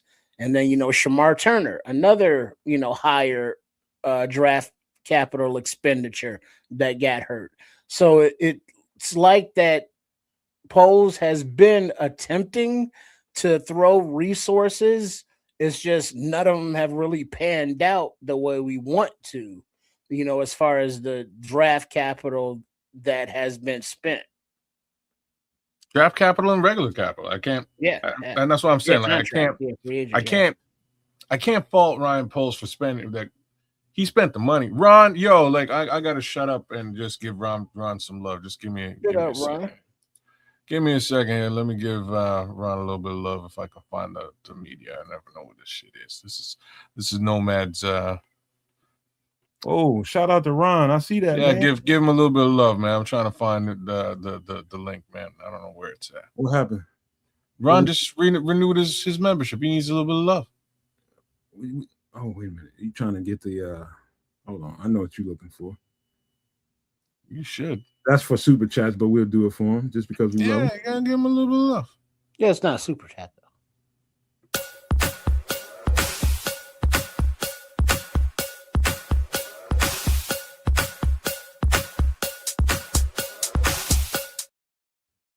Big ups to Ron, and big ups to you again, Ron, for linking up the new job. If that's legit, I wish I could quit my job for a job that pays me twice as much too. That's always on the docket. But all right. Yeah. So I think we somewhat agree. And I don't know what did Tripp say about the. He basically said the same damn thing. I'm saying, like he neither one of us can fault Ryan Poles for the investment on either sides of the trenches. It's really a question of results. Are the results there at this present moment? Not exactly. And again, we're gonna need some. We're gonna need to get into the season to really see, what the reality is. Right? Like that's kind of where we are. Yes, I do think it's a prerequisite for championship teams that spending that money in the trenches or spending that capital you have in the trenches. And sometimes it's money and sometimes it's draft picks and end up being money later on. And some of that has to be spoken to in this way. Do you pay the right people? And that's part of the investment. Do you pay the guy that you drafted and you brought in here and you built to this certain level? Or do you get rid of them too early because you think it's a little bit too much out of your means? The right teams will pay the right guys at the right time and keep that continuity together and let them continue to grow here. So that's part of it. And yes, I do believe 110%. If you don't do that part right, you don't have a championship roster. Well, but then also you got to remember that the time it takes. Now, if we look at the possible plan with this defensive line, it's like, all right, if they don't produce, now next season the cap hits aren't so bad, to get out from under a Dale, a Jared, or whoever. But also remember, say, okay, cool, we can revamp the defensive line, but now Joe Tooney's another year older. And so now it's like, oh shit. Now we still got a question mark right now at left tackle. And now it's like, all right, well, we're gonna address the defensive line. Now we gotta make sure we got left guard good. So things progress year after year after year. So it's like, well, we can wait until the 2027 season for this, but it's like, well, now you're another year older, all across the board. So well said. Let me give a little bit more love to Ron, because Ron gifted 5 memberships to the No Maniacs here, man. So one more time, big up to Ron Winowski. Shout out to you, man. Mad love. And for those of you who received the gift, give Ron some love in the chat as well, man. That's well deserved. Amen to that. But certainly, I think undoubtedly, when you begin to build a championship roster, you better be like laser focused on those 2 areas right there, offense and defensive line. If the plan doesn't start from inside and go out, you're starting ass backwards, in my opinion. Just the way I see football, because without that, nothing really happens and nothing is consistent unless that's consistent. And here we are, right? I think again, I think he's attempted to make these investments So I do give Ryan Poles a big thumbs up in that regard. And I mean, it goes to Nate Davis, it goes to Ryan. What was the homie with the busted thumb? How's his name? Anyways, the center. Oh, Bates, right? There's a lot of talent that he sort of attempted to bring in to address this offensive line as well as the defensive line too. So has all that talent shown or proved their value? I can't say 100% yeah, but I think the opportunity in 2027, if what we see on the field today doesn't pan out in 2026, is massive. There's a massive opportunity to really retrofit this line all over again as far as the defense is concerned. As far as the offense is concerned, you're right, Trip, and you identified a very interesting area. You do at some point have a Pro Bowl guard who's going to want to hang it up at some point. So you have to prepare yourself for that as well. I'll tell you what, this is going to be. Now, I won't, before I even say it, just think both sides of the ball when I say this. Got to have playmakers and scheme balance. Good championship team have that. Do you agree with that or disagree with playmakers and what? Scheme balance. You want me to explain that a little more? Yeah. So on both sides of the ball, like on the offensive side of the ball in particular, you know what balance is. It's a balance between running the ball and throwing the ball. I think that's a prerequisite. So if you're a team that's deadly just smoking people in the air, they don't really respect your run game.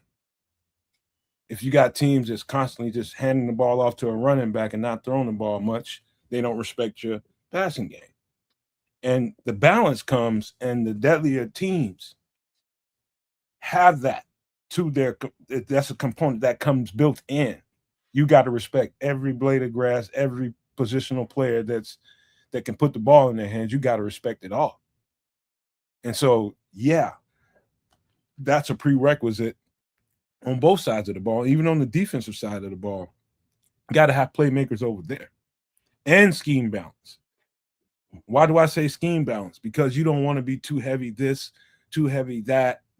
You don't want to be a team that's not, utilizing your really talented players and putting them in positions to make plays on the ball.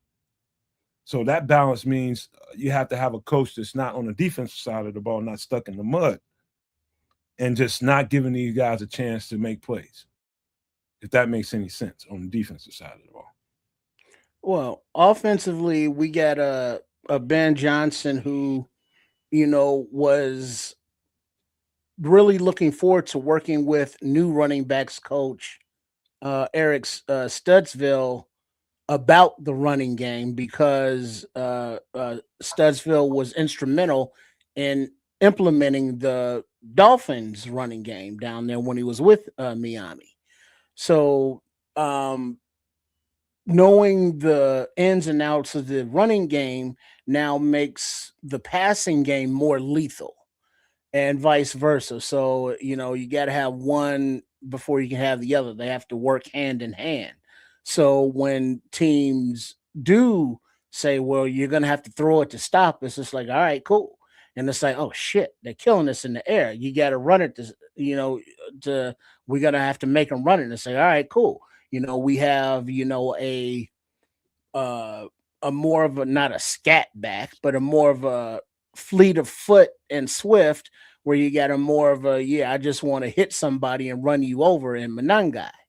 And then, as Ryan Poles said many years ago, talking about specifically wide receivers and their different sizes and builds and makeups, it seems like now the wide receiver room that he's put together kind of resembles what he was talking about a few years back when we were dealing with, the Pettises and the EQ St. Browns of the world.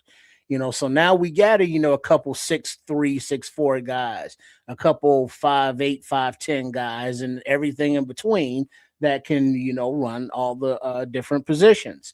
And defensively, it's still a work in progress. It's it's a changeover. The offense has had a head start on the personnel for the offense for Ben Johnson, whereas we're just kind of getting into the Dennis Allen grocery list, and we still really haven't fulfilled it. So that's still a work in progress in this iteration of the team. All right. I'll let you guys roll on this one. I don't have I get the offensive side of this from a scheme perspective. Scheme balance between the two is something I kind of would like to see. I'm not sure how this defense puts that down, and I can't put it squarely on Dennis Allen here. I think Dennis Allen's expertise is more in the secondary.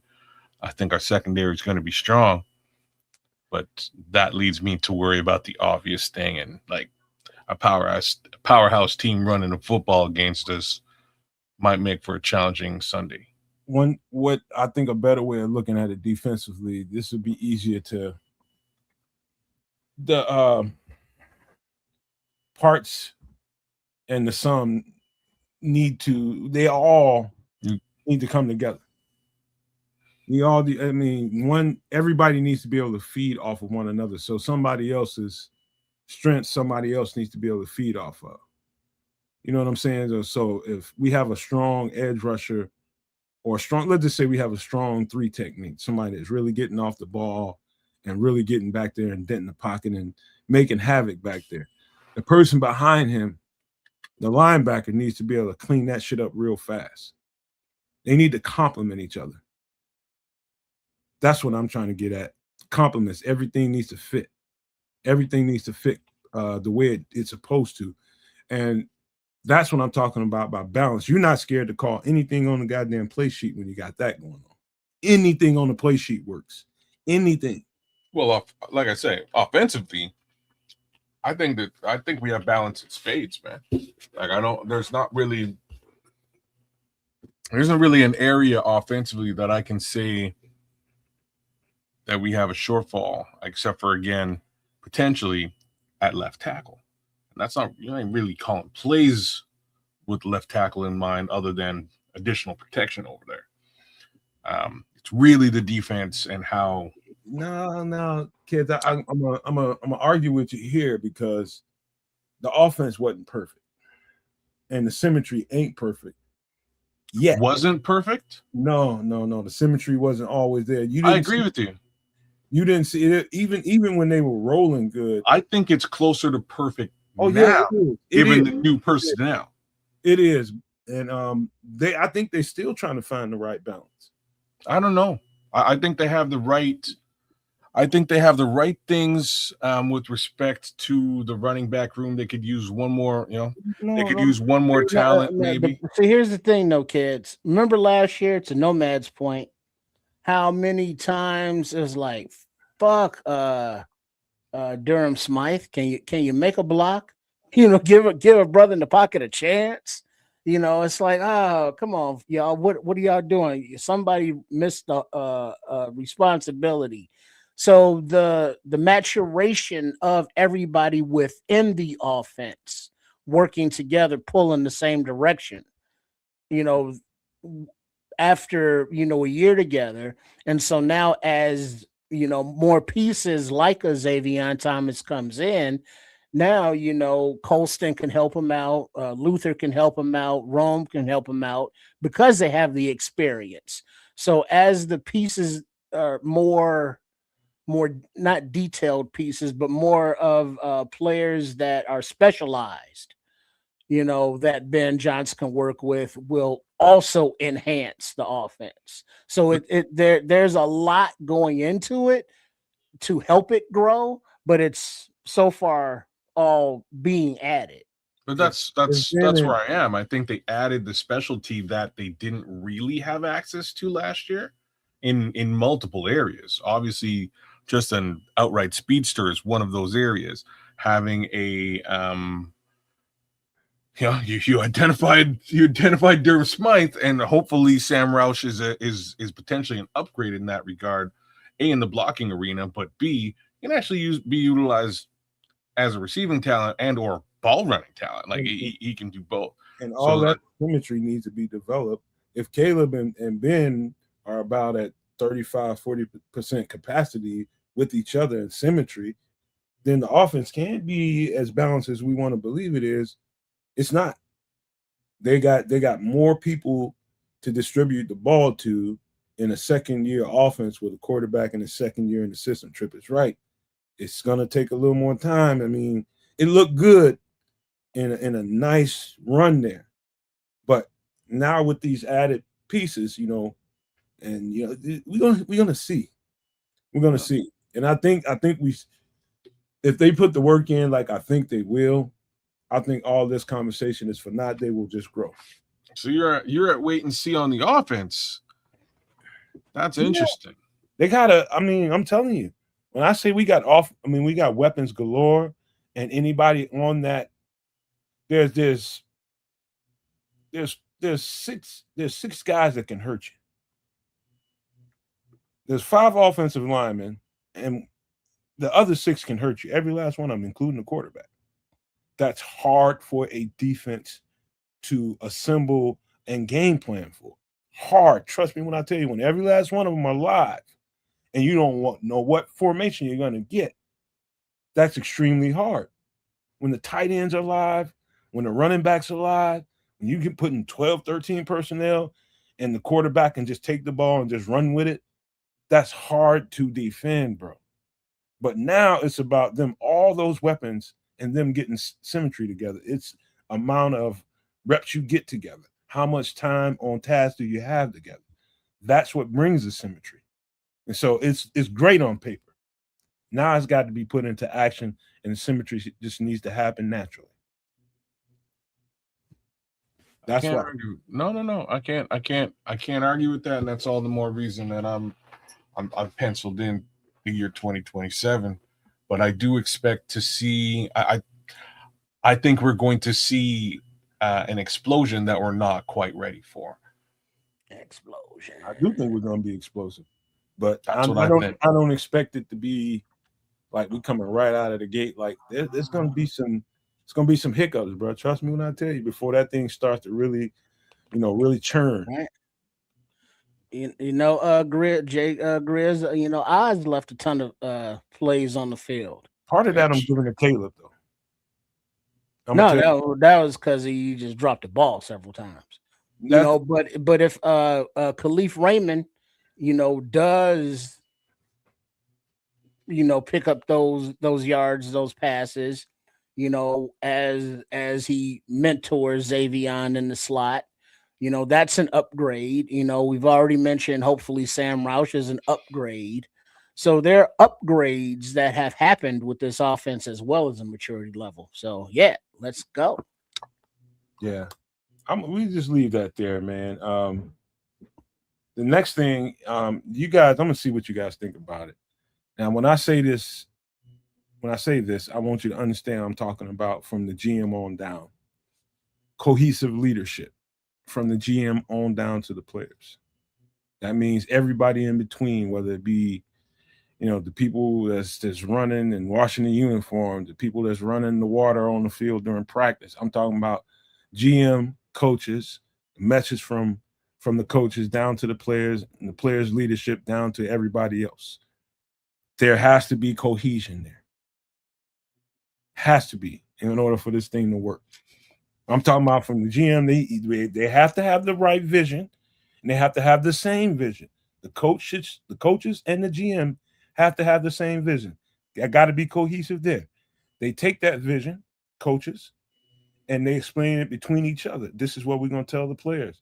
We're going to develop our leadership, pick them out, and they take that message on down to the rest of the players. That's got to happen in order for this to be a championship team. You can't have people all over the place and this ain't what it's supposed to be. Oh, I heard this, I heard that. No, everybody needs to be singing the same note. Same goddamn Stevie Wonder song. Sing it. And it sounds Isn't she sorry. Everybody needs to be sounding the same when they sing it too. Believe that or not. So you think that's a prerequisite or not, kids? Yeah, I think so, because you have to be pulling in the same direction, to get to the ultimate goal.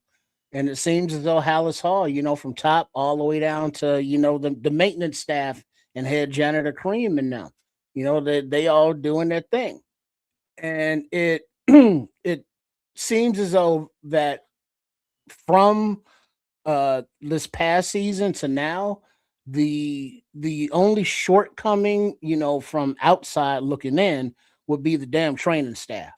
And I'm not blaming them for the injuries to players, but on more than 3 occasions, I believe, players returning from injury, pregame, warming up, hey, can you go? And they re-injured themselves in the pregame or out like several more weeks. And it's like, who's making these decisions that it's like, yeah, I think you should give it a go, kid.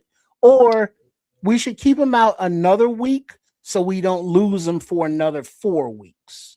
That happened with Rome, wasn't it CJ and Kyler Gordon? I think somebody else, but don't quote me.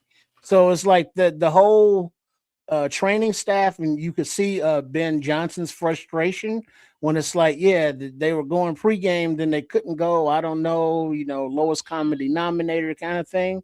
So I think that's an area that this offseason they might be looking at interior of Hallis Hall.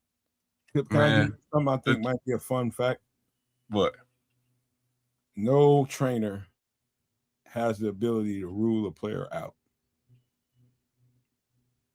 That's the coach's decision. They can take the advice of the trainer and the player, the coach and the player. They can come together and say, all right, I'm hurting. Can you play? Yeah. You're gonna still be hurting, but I need you out there. The trainer can give them advice. I don't think he's ready. That explains most of DJ Moore's season last year. It's funny that you bring this up because like I had to rack my brain a little bit to think of an example that like where a team went deep in any capacity and didn't have their ducks in a row, for lack of a better thing to say. And I'm just going to say that I couldn't really think of any per se. I couldn't, not to say that they don't exist.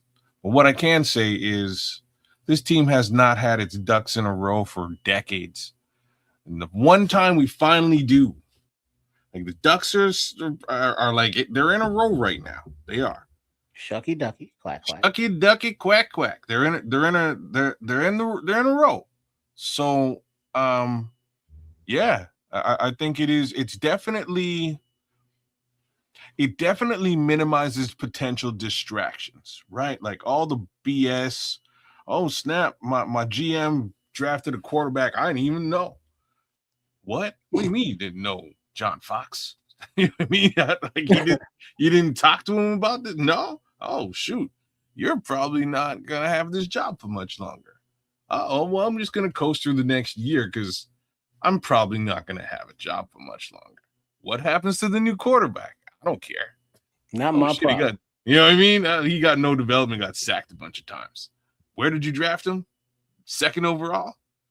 Stupid. Huh. Like, you go, huh? Also, I thought something else that happens every year with a team that kind of goes unnoticed, but not unnoticed inside the locker room, is no matter what, even if we're having a successful season, there's always the noise, the outside noise of this coach could be getting going here, or this coach could be going there.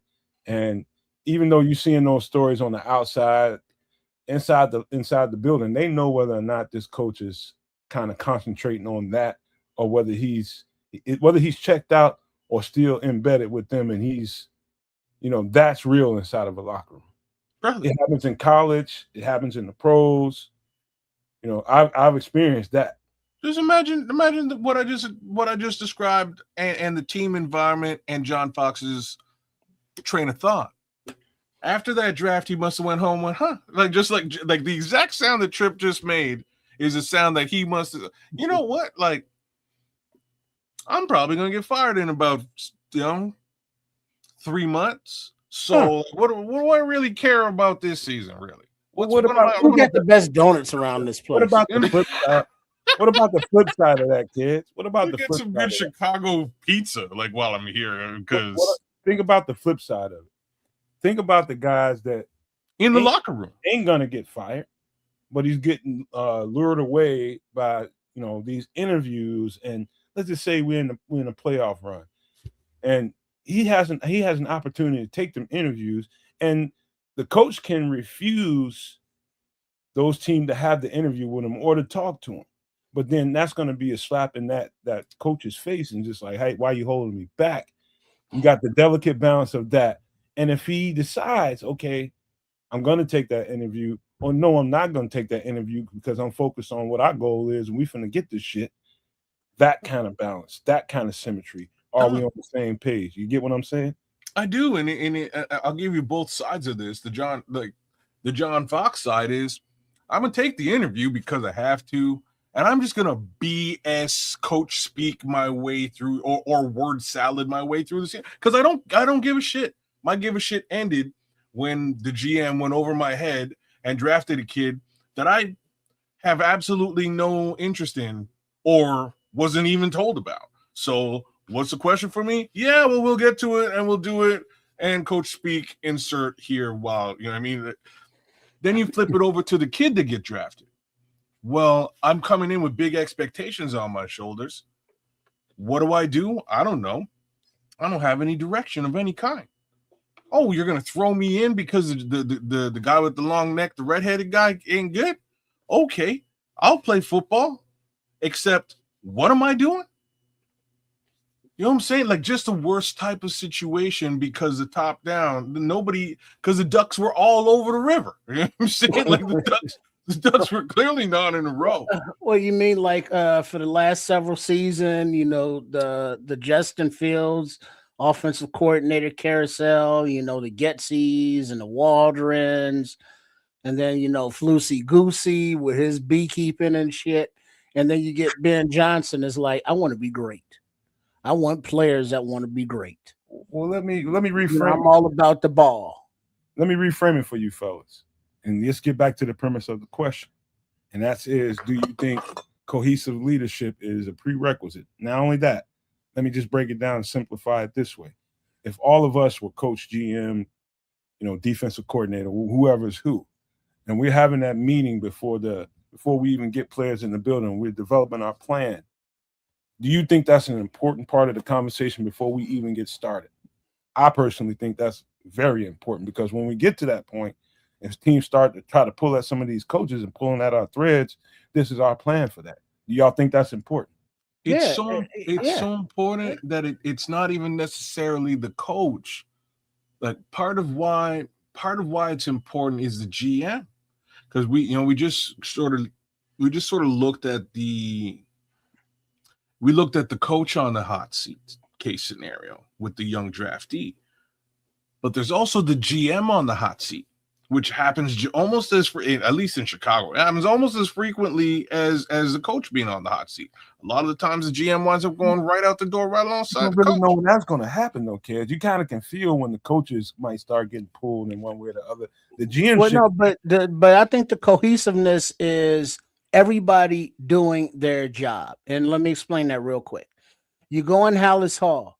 As a player, you want to know that when you park your car, it's going to be safe, that there are no, going to be no scratches, no nothing. So the security has to make sure that only the allowed personnel or people are on the property. You want to make sure your catering and cafeteria staff has the best ingredients and they know their players. It's like, hey, he likes his greens, he likes his fruits. You want your management staff, whoever's doing the laundry, to make sure it's like, hey, this kid's allergic to, these dryer sheets. So we want to make sure our star, kicker, his socks don't give him like trench foot or nothing. You want your training staff to know it's like, all right, this kid gets his ankles taped this way. And, he has flat feet, so we got to take better care that way. So as long as everybody can pay attention to the detail of what their responsibilities are and execute those, now you have a team as a team. You don't have a bunch of guys talking about, man, this training staff sucks. Man, hey man, can you redo my ankles? Because that dude sucks. Or it's like, man, I'm still hungry because lunch sucked today because the Miss Lady back there don't know what the fuck she doing. So as long as everybody in the building's doing their job to the best of their abilities, I think that contributes to winning on the field. See, you're right there where I was with the GM is just you don't want either the GM or the coaching staff acting in desperation to save their jobs. And that's not where we are in any capacity right now. Poles has been extended. He's trying to build a championship roster, and we know that. Ben just got here. He's trying to make his impression felt, and he has last season and wants to continue to do so this season. So again, we've got line of sight and a connection here that is extremely important. If Poles felt that he was somehow on his way out, desperation moves would have taken place in this draft. He would have done completely different shit. I'll tell you that right now. But he doesn't feel that way. So he did what the coach required. We are all in lockstep as far as all that is concerned. I think Ben is super happy with what happened this draft. I don't know if Dennis Allen is super happy, but that's a whole other story. Well, yeah, I think we do agree that that cohesiveness from the very beginning, that means the minute these guys get together and it starts there and it trickles all the way down to the leadership and the players on the field, it has to be in line with each other. There's no parts that can be bigger than the whole. None. You know what? Because we're here, shout out to you again, Jay Grizz. You're awesome, man. So Jay Grizz just he's not lying though. No, he's not. He happenstancically brought up. I'm tired of listening to the shit. I think, and this is where I'm going. Let's read it. But all right. So Jay Grizz says, hell, I'm sure Ben Johnson doesn't want to be hearing the stadium noise once the regular season begins and has his eyes on Kevin Warren. Just saying. And I'm in full agreement with this shit, especially right now. Really, I get it. It's a thing. It exists. It's a whole Illinois thing / Indiana thing. Long story short, and I'm in Canada. This is terrible timing. That's all. I give zero fucks about this, especially if it has any ramifications on the regular season. If you were here and you could feel the energy shift. I don't know that we. Is it really like that with the stadium? I don't know. I don't know if I've seen an off season with the Bears fan base this giddy. Oh, okay. And I don't. It's been a long time since I've seen this fan base. You scared me for a second, and man. Then to have this shit drop on us like a ton of freaking cow shit. It was terrible, man. I just watched the fan base go from. Everybody's on the same page, happy, giddy, and you don't have all these stupid arguments and fights until all of a sudden it's back to divisiveness again. So I've got two things to say. So I'm really glad that you're saying that the city's feeling it, and that's what I want to hear. I kind of want to hear that being external. The two things I have to say first of all is it starts with Kevin Warren. Kevin Warren, you fucked up. You need to gotta make some shorts now. Hey, Kevin, you got some work to do, but you need to quell the noise. You need to keep the noise down over the course of the next at least 3 months. Just keep it quiet. Do your work, do your job the way you're going to do it. But I like announcements and all that. Shh, just keep that quiet, because in no way do you want to negatively affect this season especially with inaction and especially with backwards politics, right? Well, but here's the thing now. What is this game? It's a business. And when does business take place? During business hours, whenever those may be. Now, it was like, well, damn it, we couldn't enjoy the playoff Packer win because damn it, Kevin Warren took the spotlight talking about the damn stadium. Oh, we couldn't enjoy the Madden release cover because damn it, Kevin White took the media about the stadium. Wrong Kevin, but I'm with. And it's like, well, we're gonna ask the players, what do you think about Indiana? And the players are, can't say it, but they're like, look, I might not even be on this team by the time the stadium's built, wherever the hell it's built. I don't know.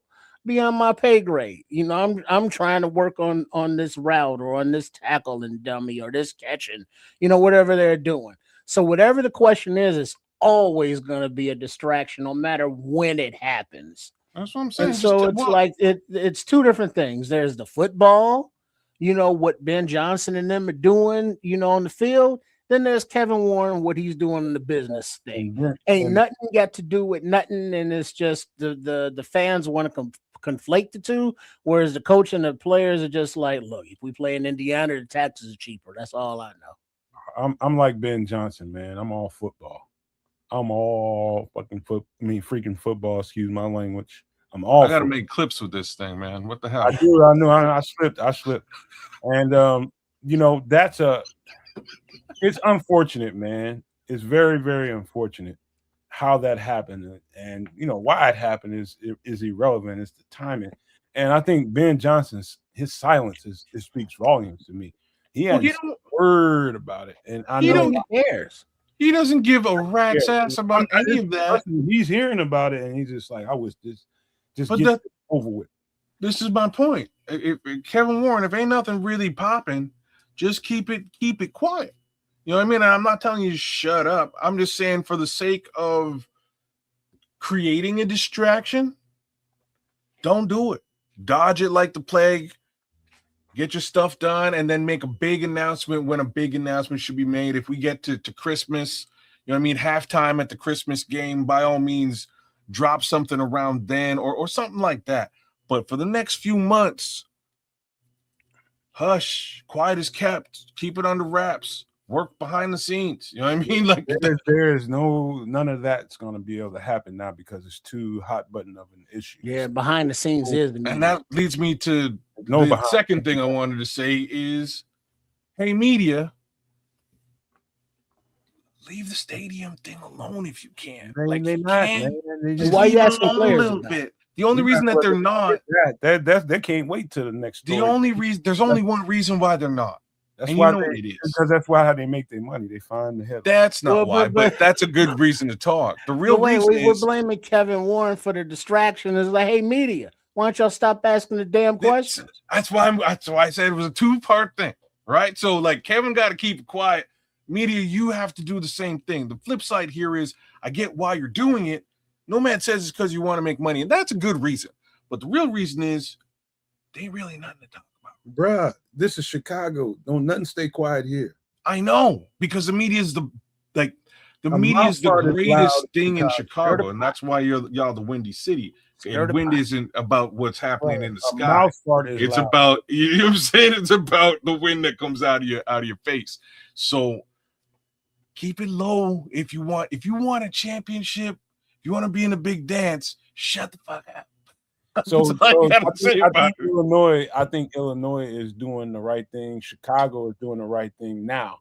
I think behind this, I think the two sides got together. And from what I'm hearing, and just to get out of this subject, I hate to talk about it.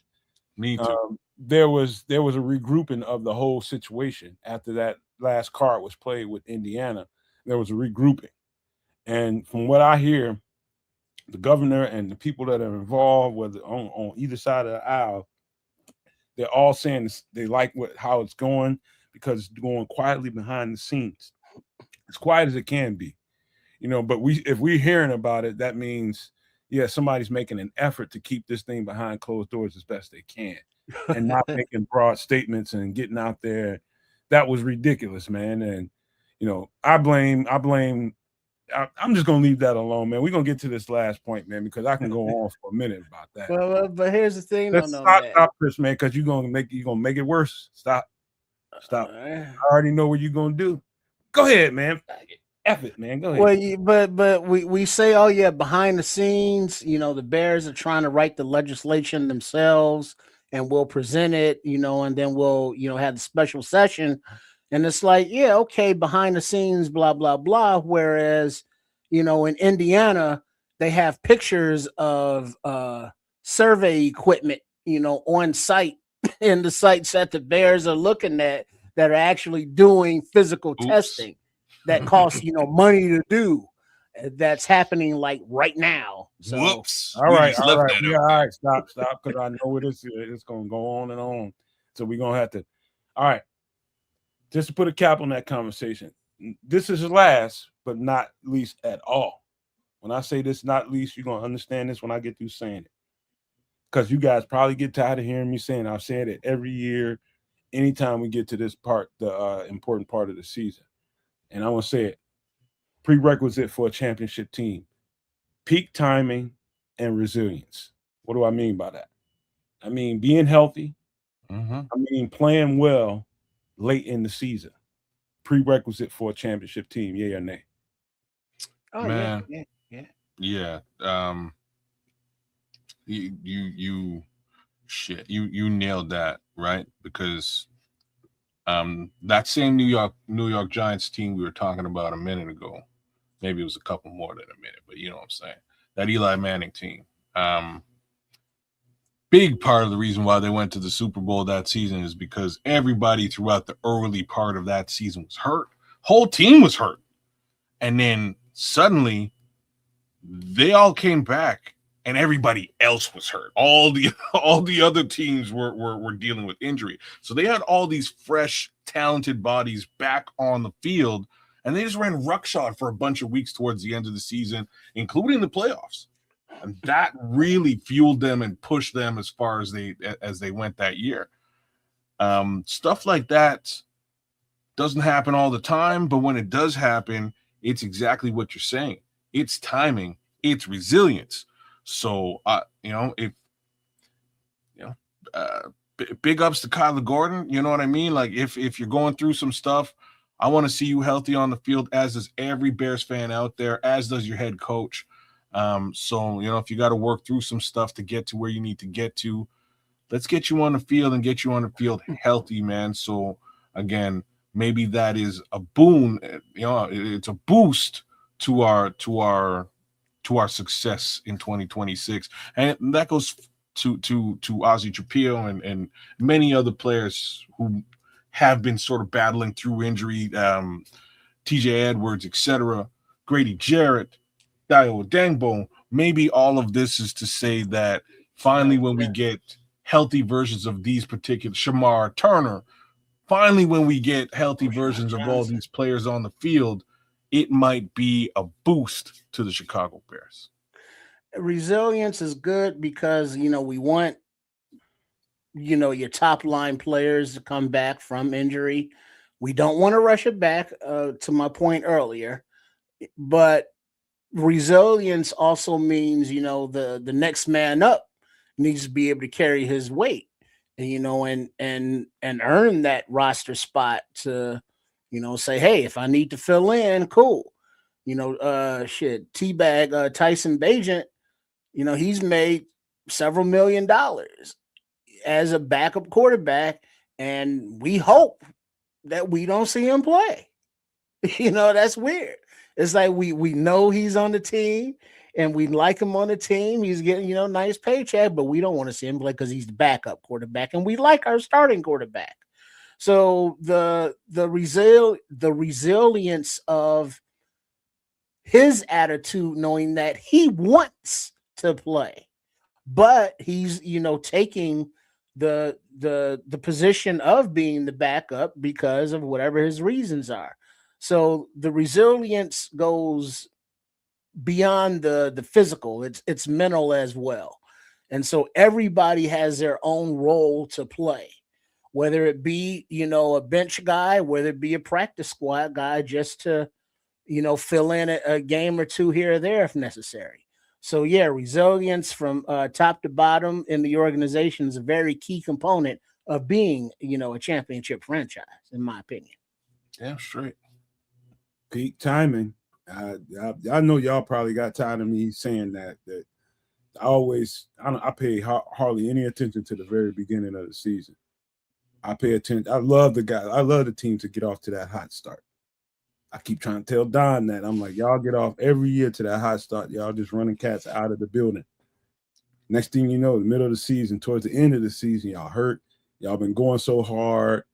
And, the way Dan Campbell coaches the team doesn't seem like there's a proper balance of, okay, dog, we've been going hard. I've been playing this guy hard, this linebacker, this safety. He's been banging. We need to get him some rest. We need to get him ready for the post. Don't seem to be a plan for that. And I think if there was, I think Detroit would probably have 2 rings by now. But because I think their coach has an old school mentality that just runs them until they just grind them into the ground, and they always wear out by the time the end of the season comes, to their detriment. Every effing year. I've seen that for 4 years straight, at least. They just wear out at the end of the season. I love to see our enemies do that. Because I know that it's a certain amount of, man, you gotta.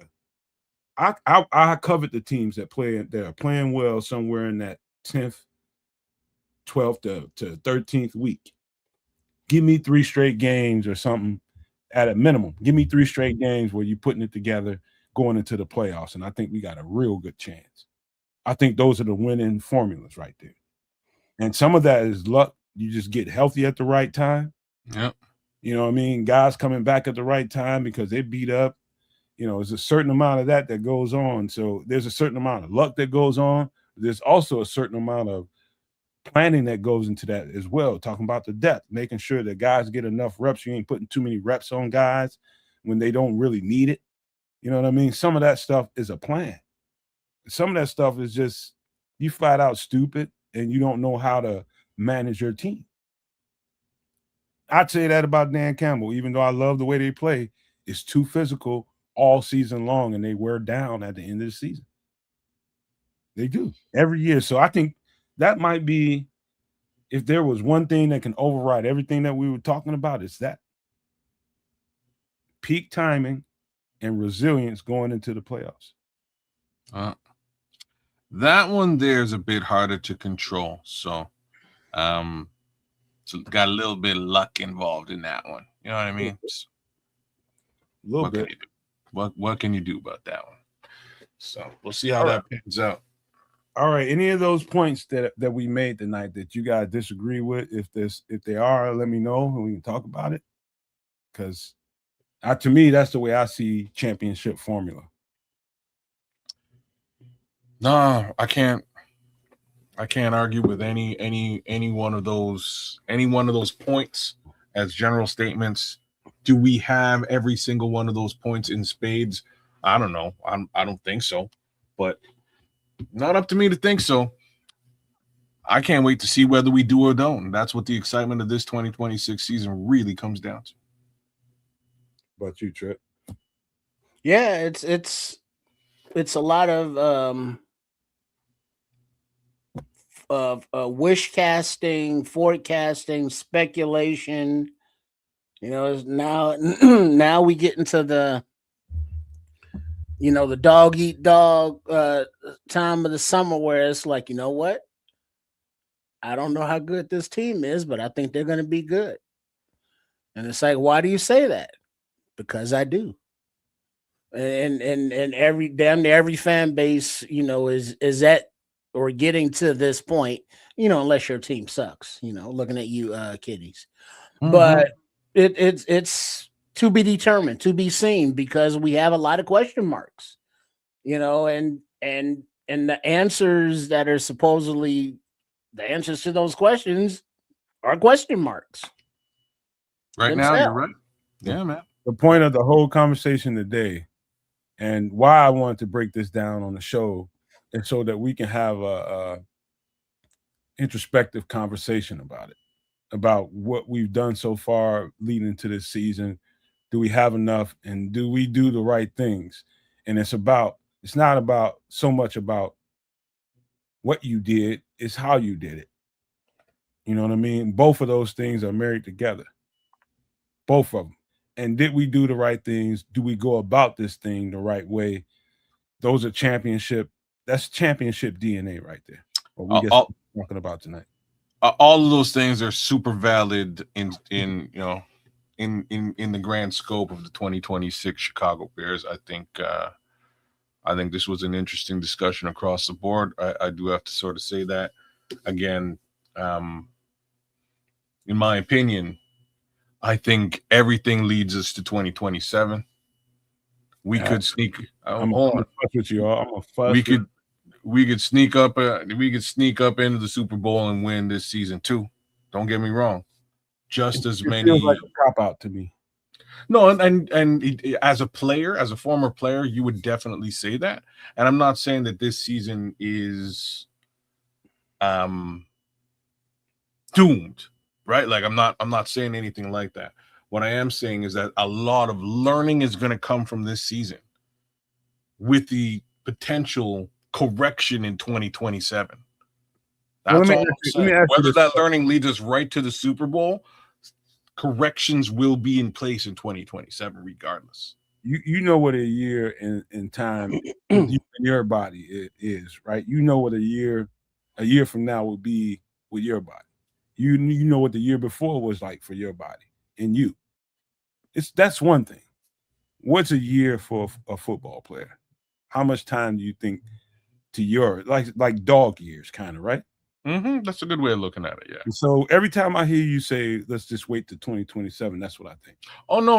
Don't. So doubt. That's what I haven't said. I'm not saying let's wait till 2027. I'm saying that 2027 is the year that everything lines up perfectly, with the slight exception of the one thing that Trip kind of alluded to earlier on. But I mean, he'll still be on the team, right? And that is just Joe Thuney getting 1 year older, right? Outside of that, they can do everything that they need to do with the roster if 2026 shows them that there are gaps within the existing structure of the roster. They can do whatever they need to do. They're not really bound to anything. They're not beholden to anything. They're somewhere in and around, let's just call it $120 million available for them to shift and move around. I'm going to say it's probably more than that. In any event, they can really do whatever they want to make this team that much better than it is at this present moment. They have to make this year the year. They don't have the time to waste. They don't have the.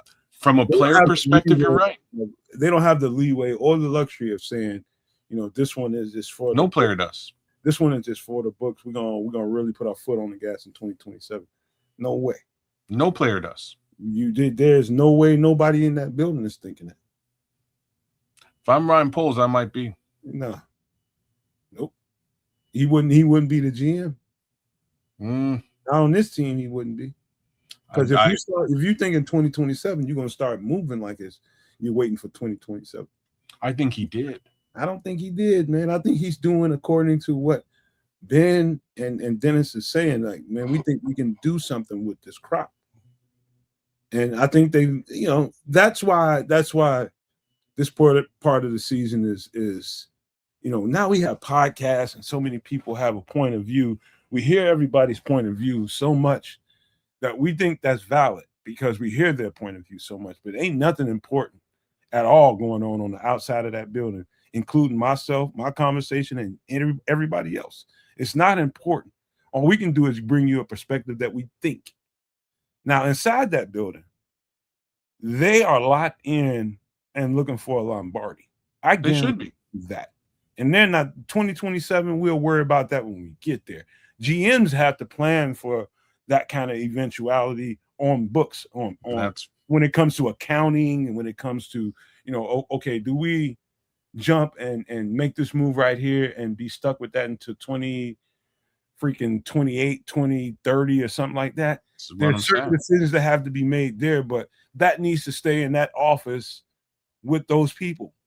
Until if it gets to the coach, that means it's something the coach requested. Outside of that, there should be a door in between those two entities right now.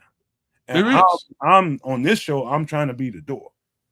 And there's nothing wrong with that, right? And like I'm saying, what you're saying is super valid, because if I'm Dio Dangle, all there is 2026.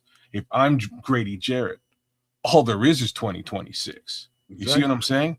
Like these guys have this year. Next year is an enigma. If I'm Ryan Poles, I'm saying that these guys have this year, and y'all need to make this year work.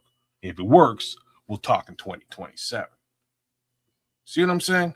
But the upside for the overall team is if it don't work, and this is the overall if it don't work, I think we have the offense figured out, and I think we're going to see that this season.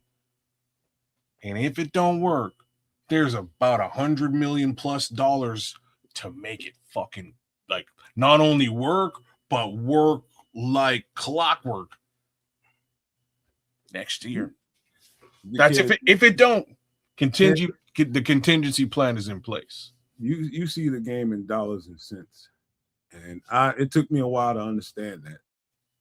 It took me a while to understand where your perspective. The game is a business, my friend. In a major way. Of course it is. In a major way, it's a business. It's a chess. It's chess with dollar bills.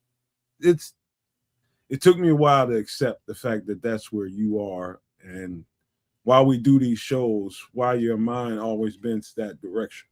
And I understand it. I totally understand it. Part of my mind goes there too, but fleetingly when it comes to the game, because I'm so busy doing other stuff when it comes to X's and O's and understanding certain things that are happening. You know, I don't spend a lot of time worrying about that, but that's just me, you know, being an ex-football player. That's just how we're wired. You know what I mean? And that's why I'm saying your perspective on this is it's super valid, because there's two distinct ways of viewing this. And your way is very important, because that is the fuel for the team behind the doors at House Hall on Monday. That's the drive that they have on Monday, right? When they open the doors and they get there and they put in work for the 2026 season.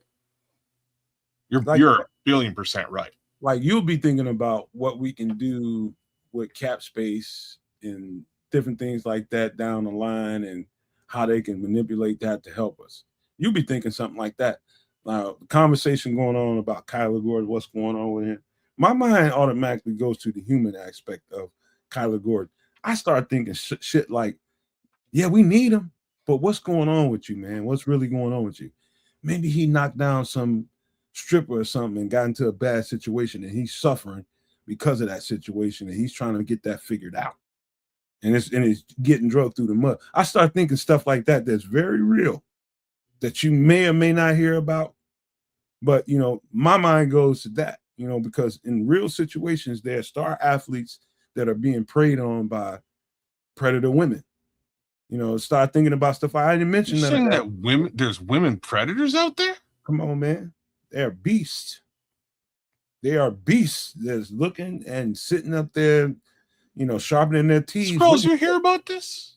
There are some out there that prey on. But anyway, man, we ain't gonna get too much into that. But that's the way our mindset works. I mean, there's a difference there.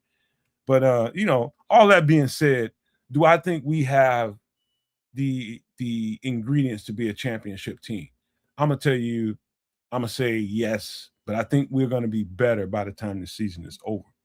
Whether it be just because of the amount of reps we play together, or they add some talent between now and the trade deadline. That means somewhere during camp, after camp, somewhere around the trade deadline, I think we'll be a better team as far as physical talent goes. And it's going to give us some of the things that we don't see happening right now. That's what I think. But those things we talked about tonight, those bullet points, are, in my opinion, prerequisite. And I think these guys agree with me tonight, prerequisites of a champion, man. That's just the way it is. You got to have those things. But any last thoughts about any of those things that something stuck out? You want to point it out before we get up out of here? Nah, I'm straight, man. No, great show tonight. Yep. You sure? All right. Want to get some closing thoughts before we get out? Start with you, kid. Yeah, let me big up the chat as per normal. Jay Grizz, Levante, you guys are killing it in the chat. Oops. unaliving it. My bad. Who else is out there? Paul Rodriguez. Shout out to you. Shout out to Paul Ski. Ron Winarski. Big up to you. Big up to the new job. And Scrolls has put you on pause one too many times. So mad love to Scrolls either way. Thanks for the gifts to all those No Maniacs out there, Ron. We appreciate that. Safe travels to Smitty Q, man. Be safe out there. He says he's going across the country. Who else am I missing? Am I missing anybody else? I know there's been a lot of new folks out there, man. Big ups to all you new folks. I saw a couple of you guys today. One of your names I just flat out couldn't pronounce, but is what it is. Who else was out there, man? Anybody else to bang out? True Pilgrim, Cloud Chasers is with us tonight. AC Adam jumped in. Yeah, that's the guy I couldn't pronounce. I'm not going to try to do that now. And Leo Reigns, big ups to all you guys, man. Give you a whole bunch of love.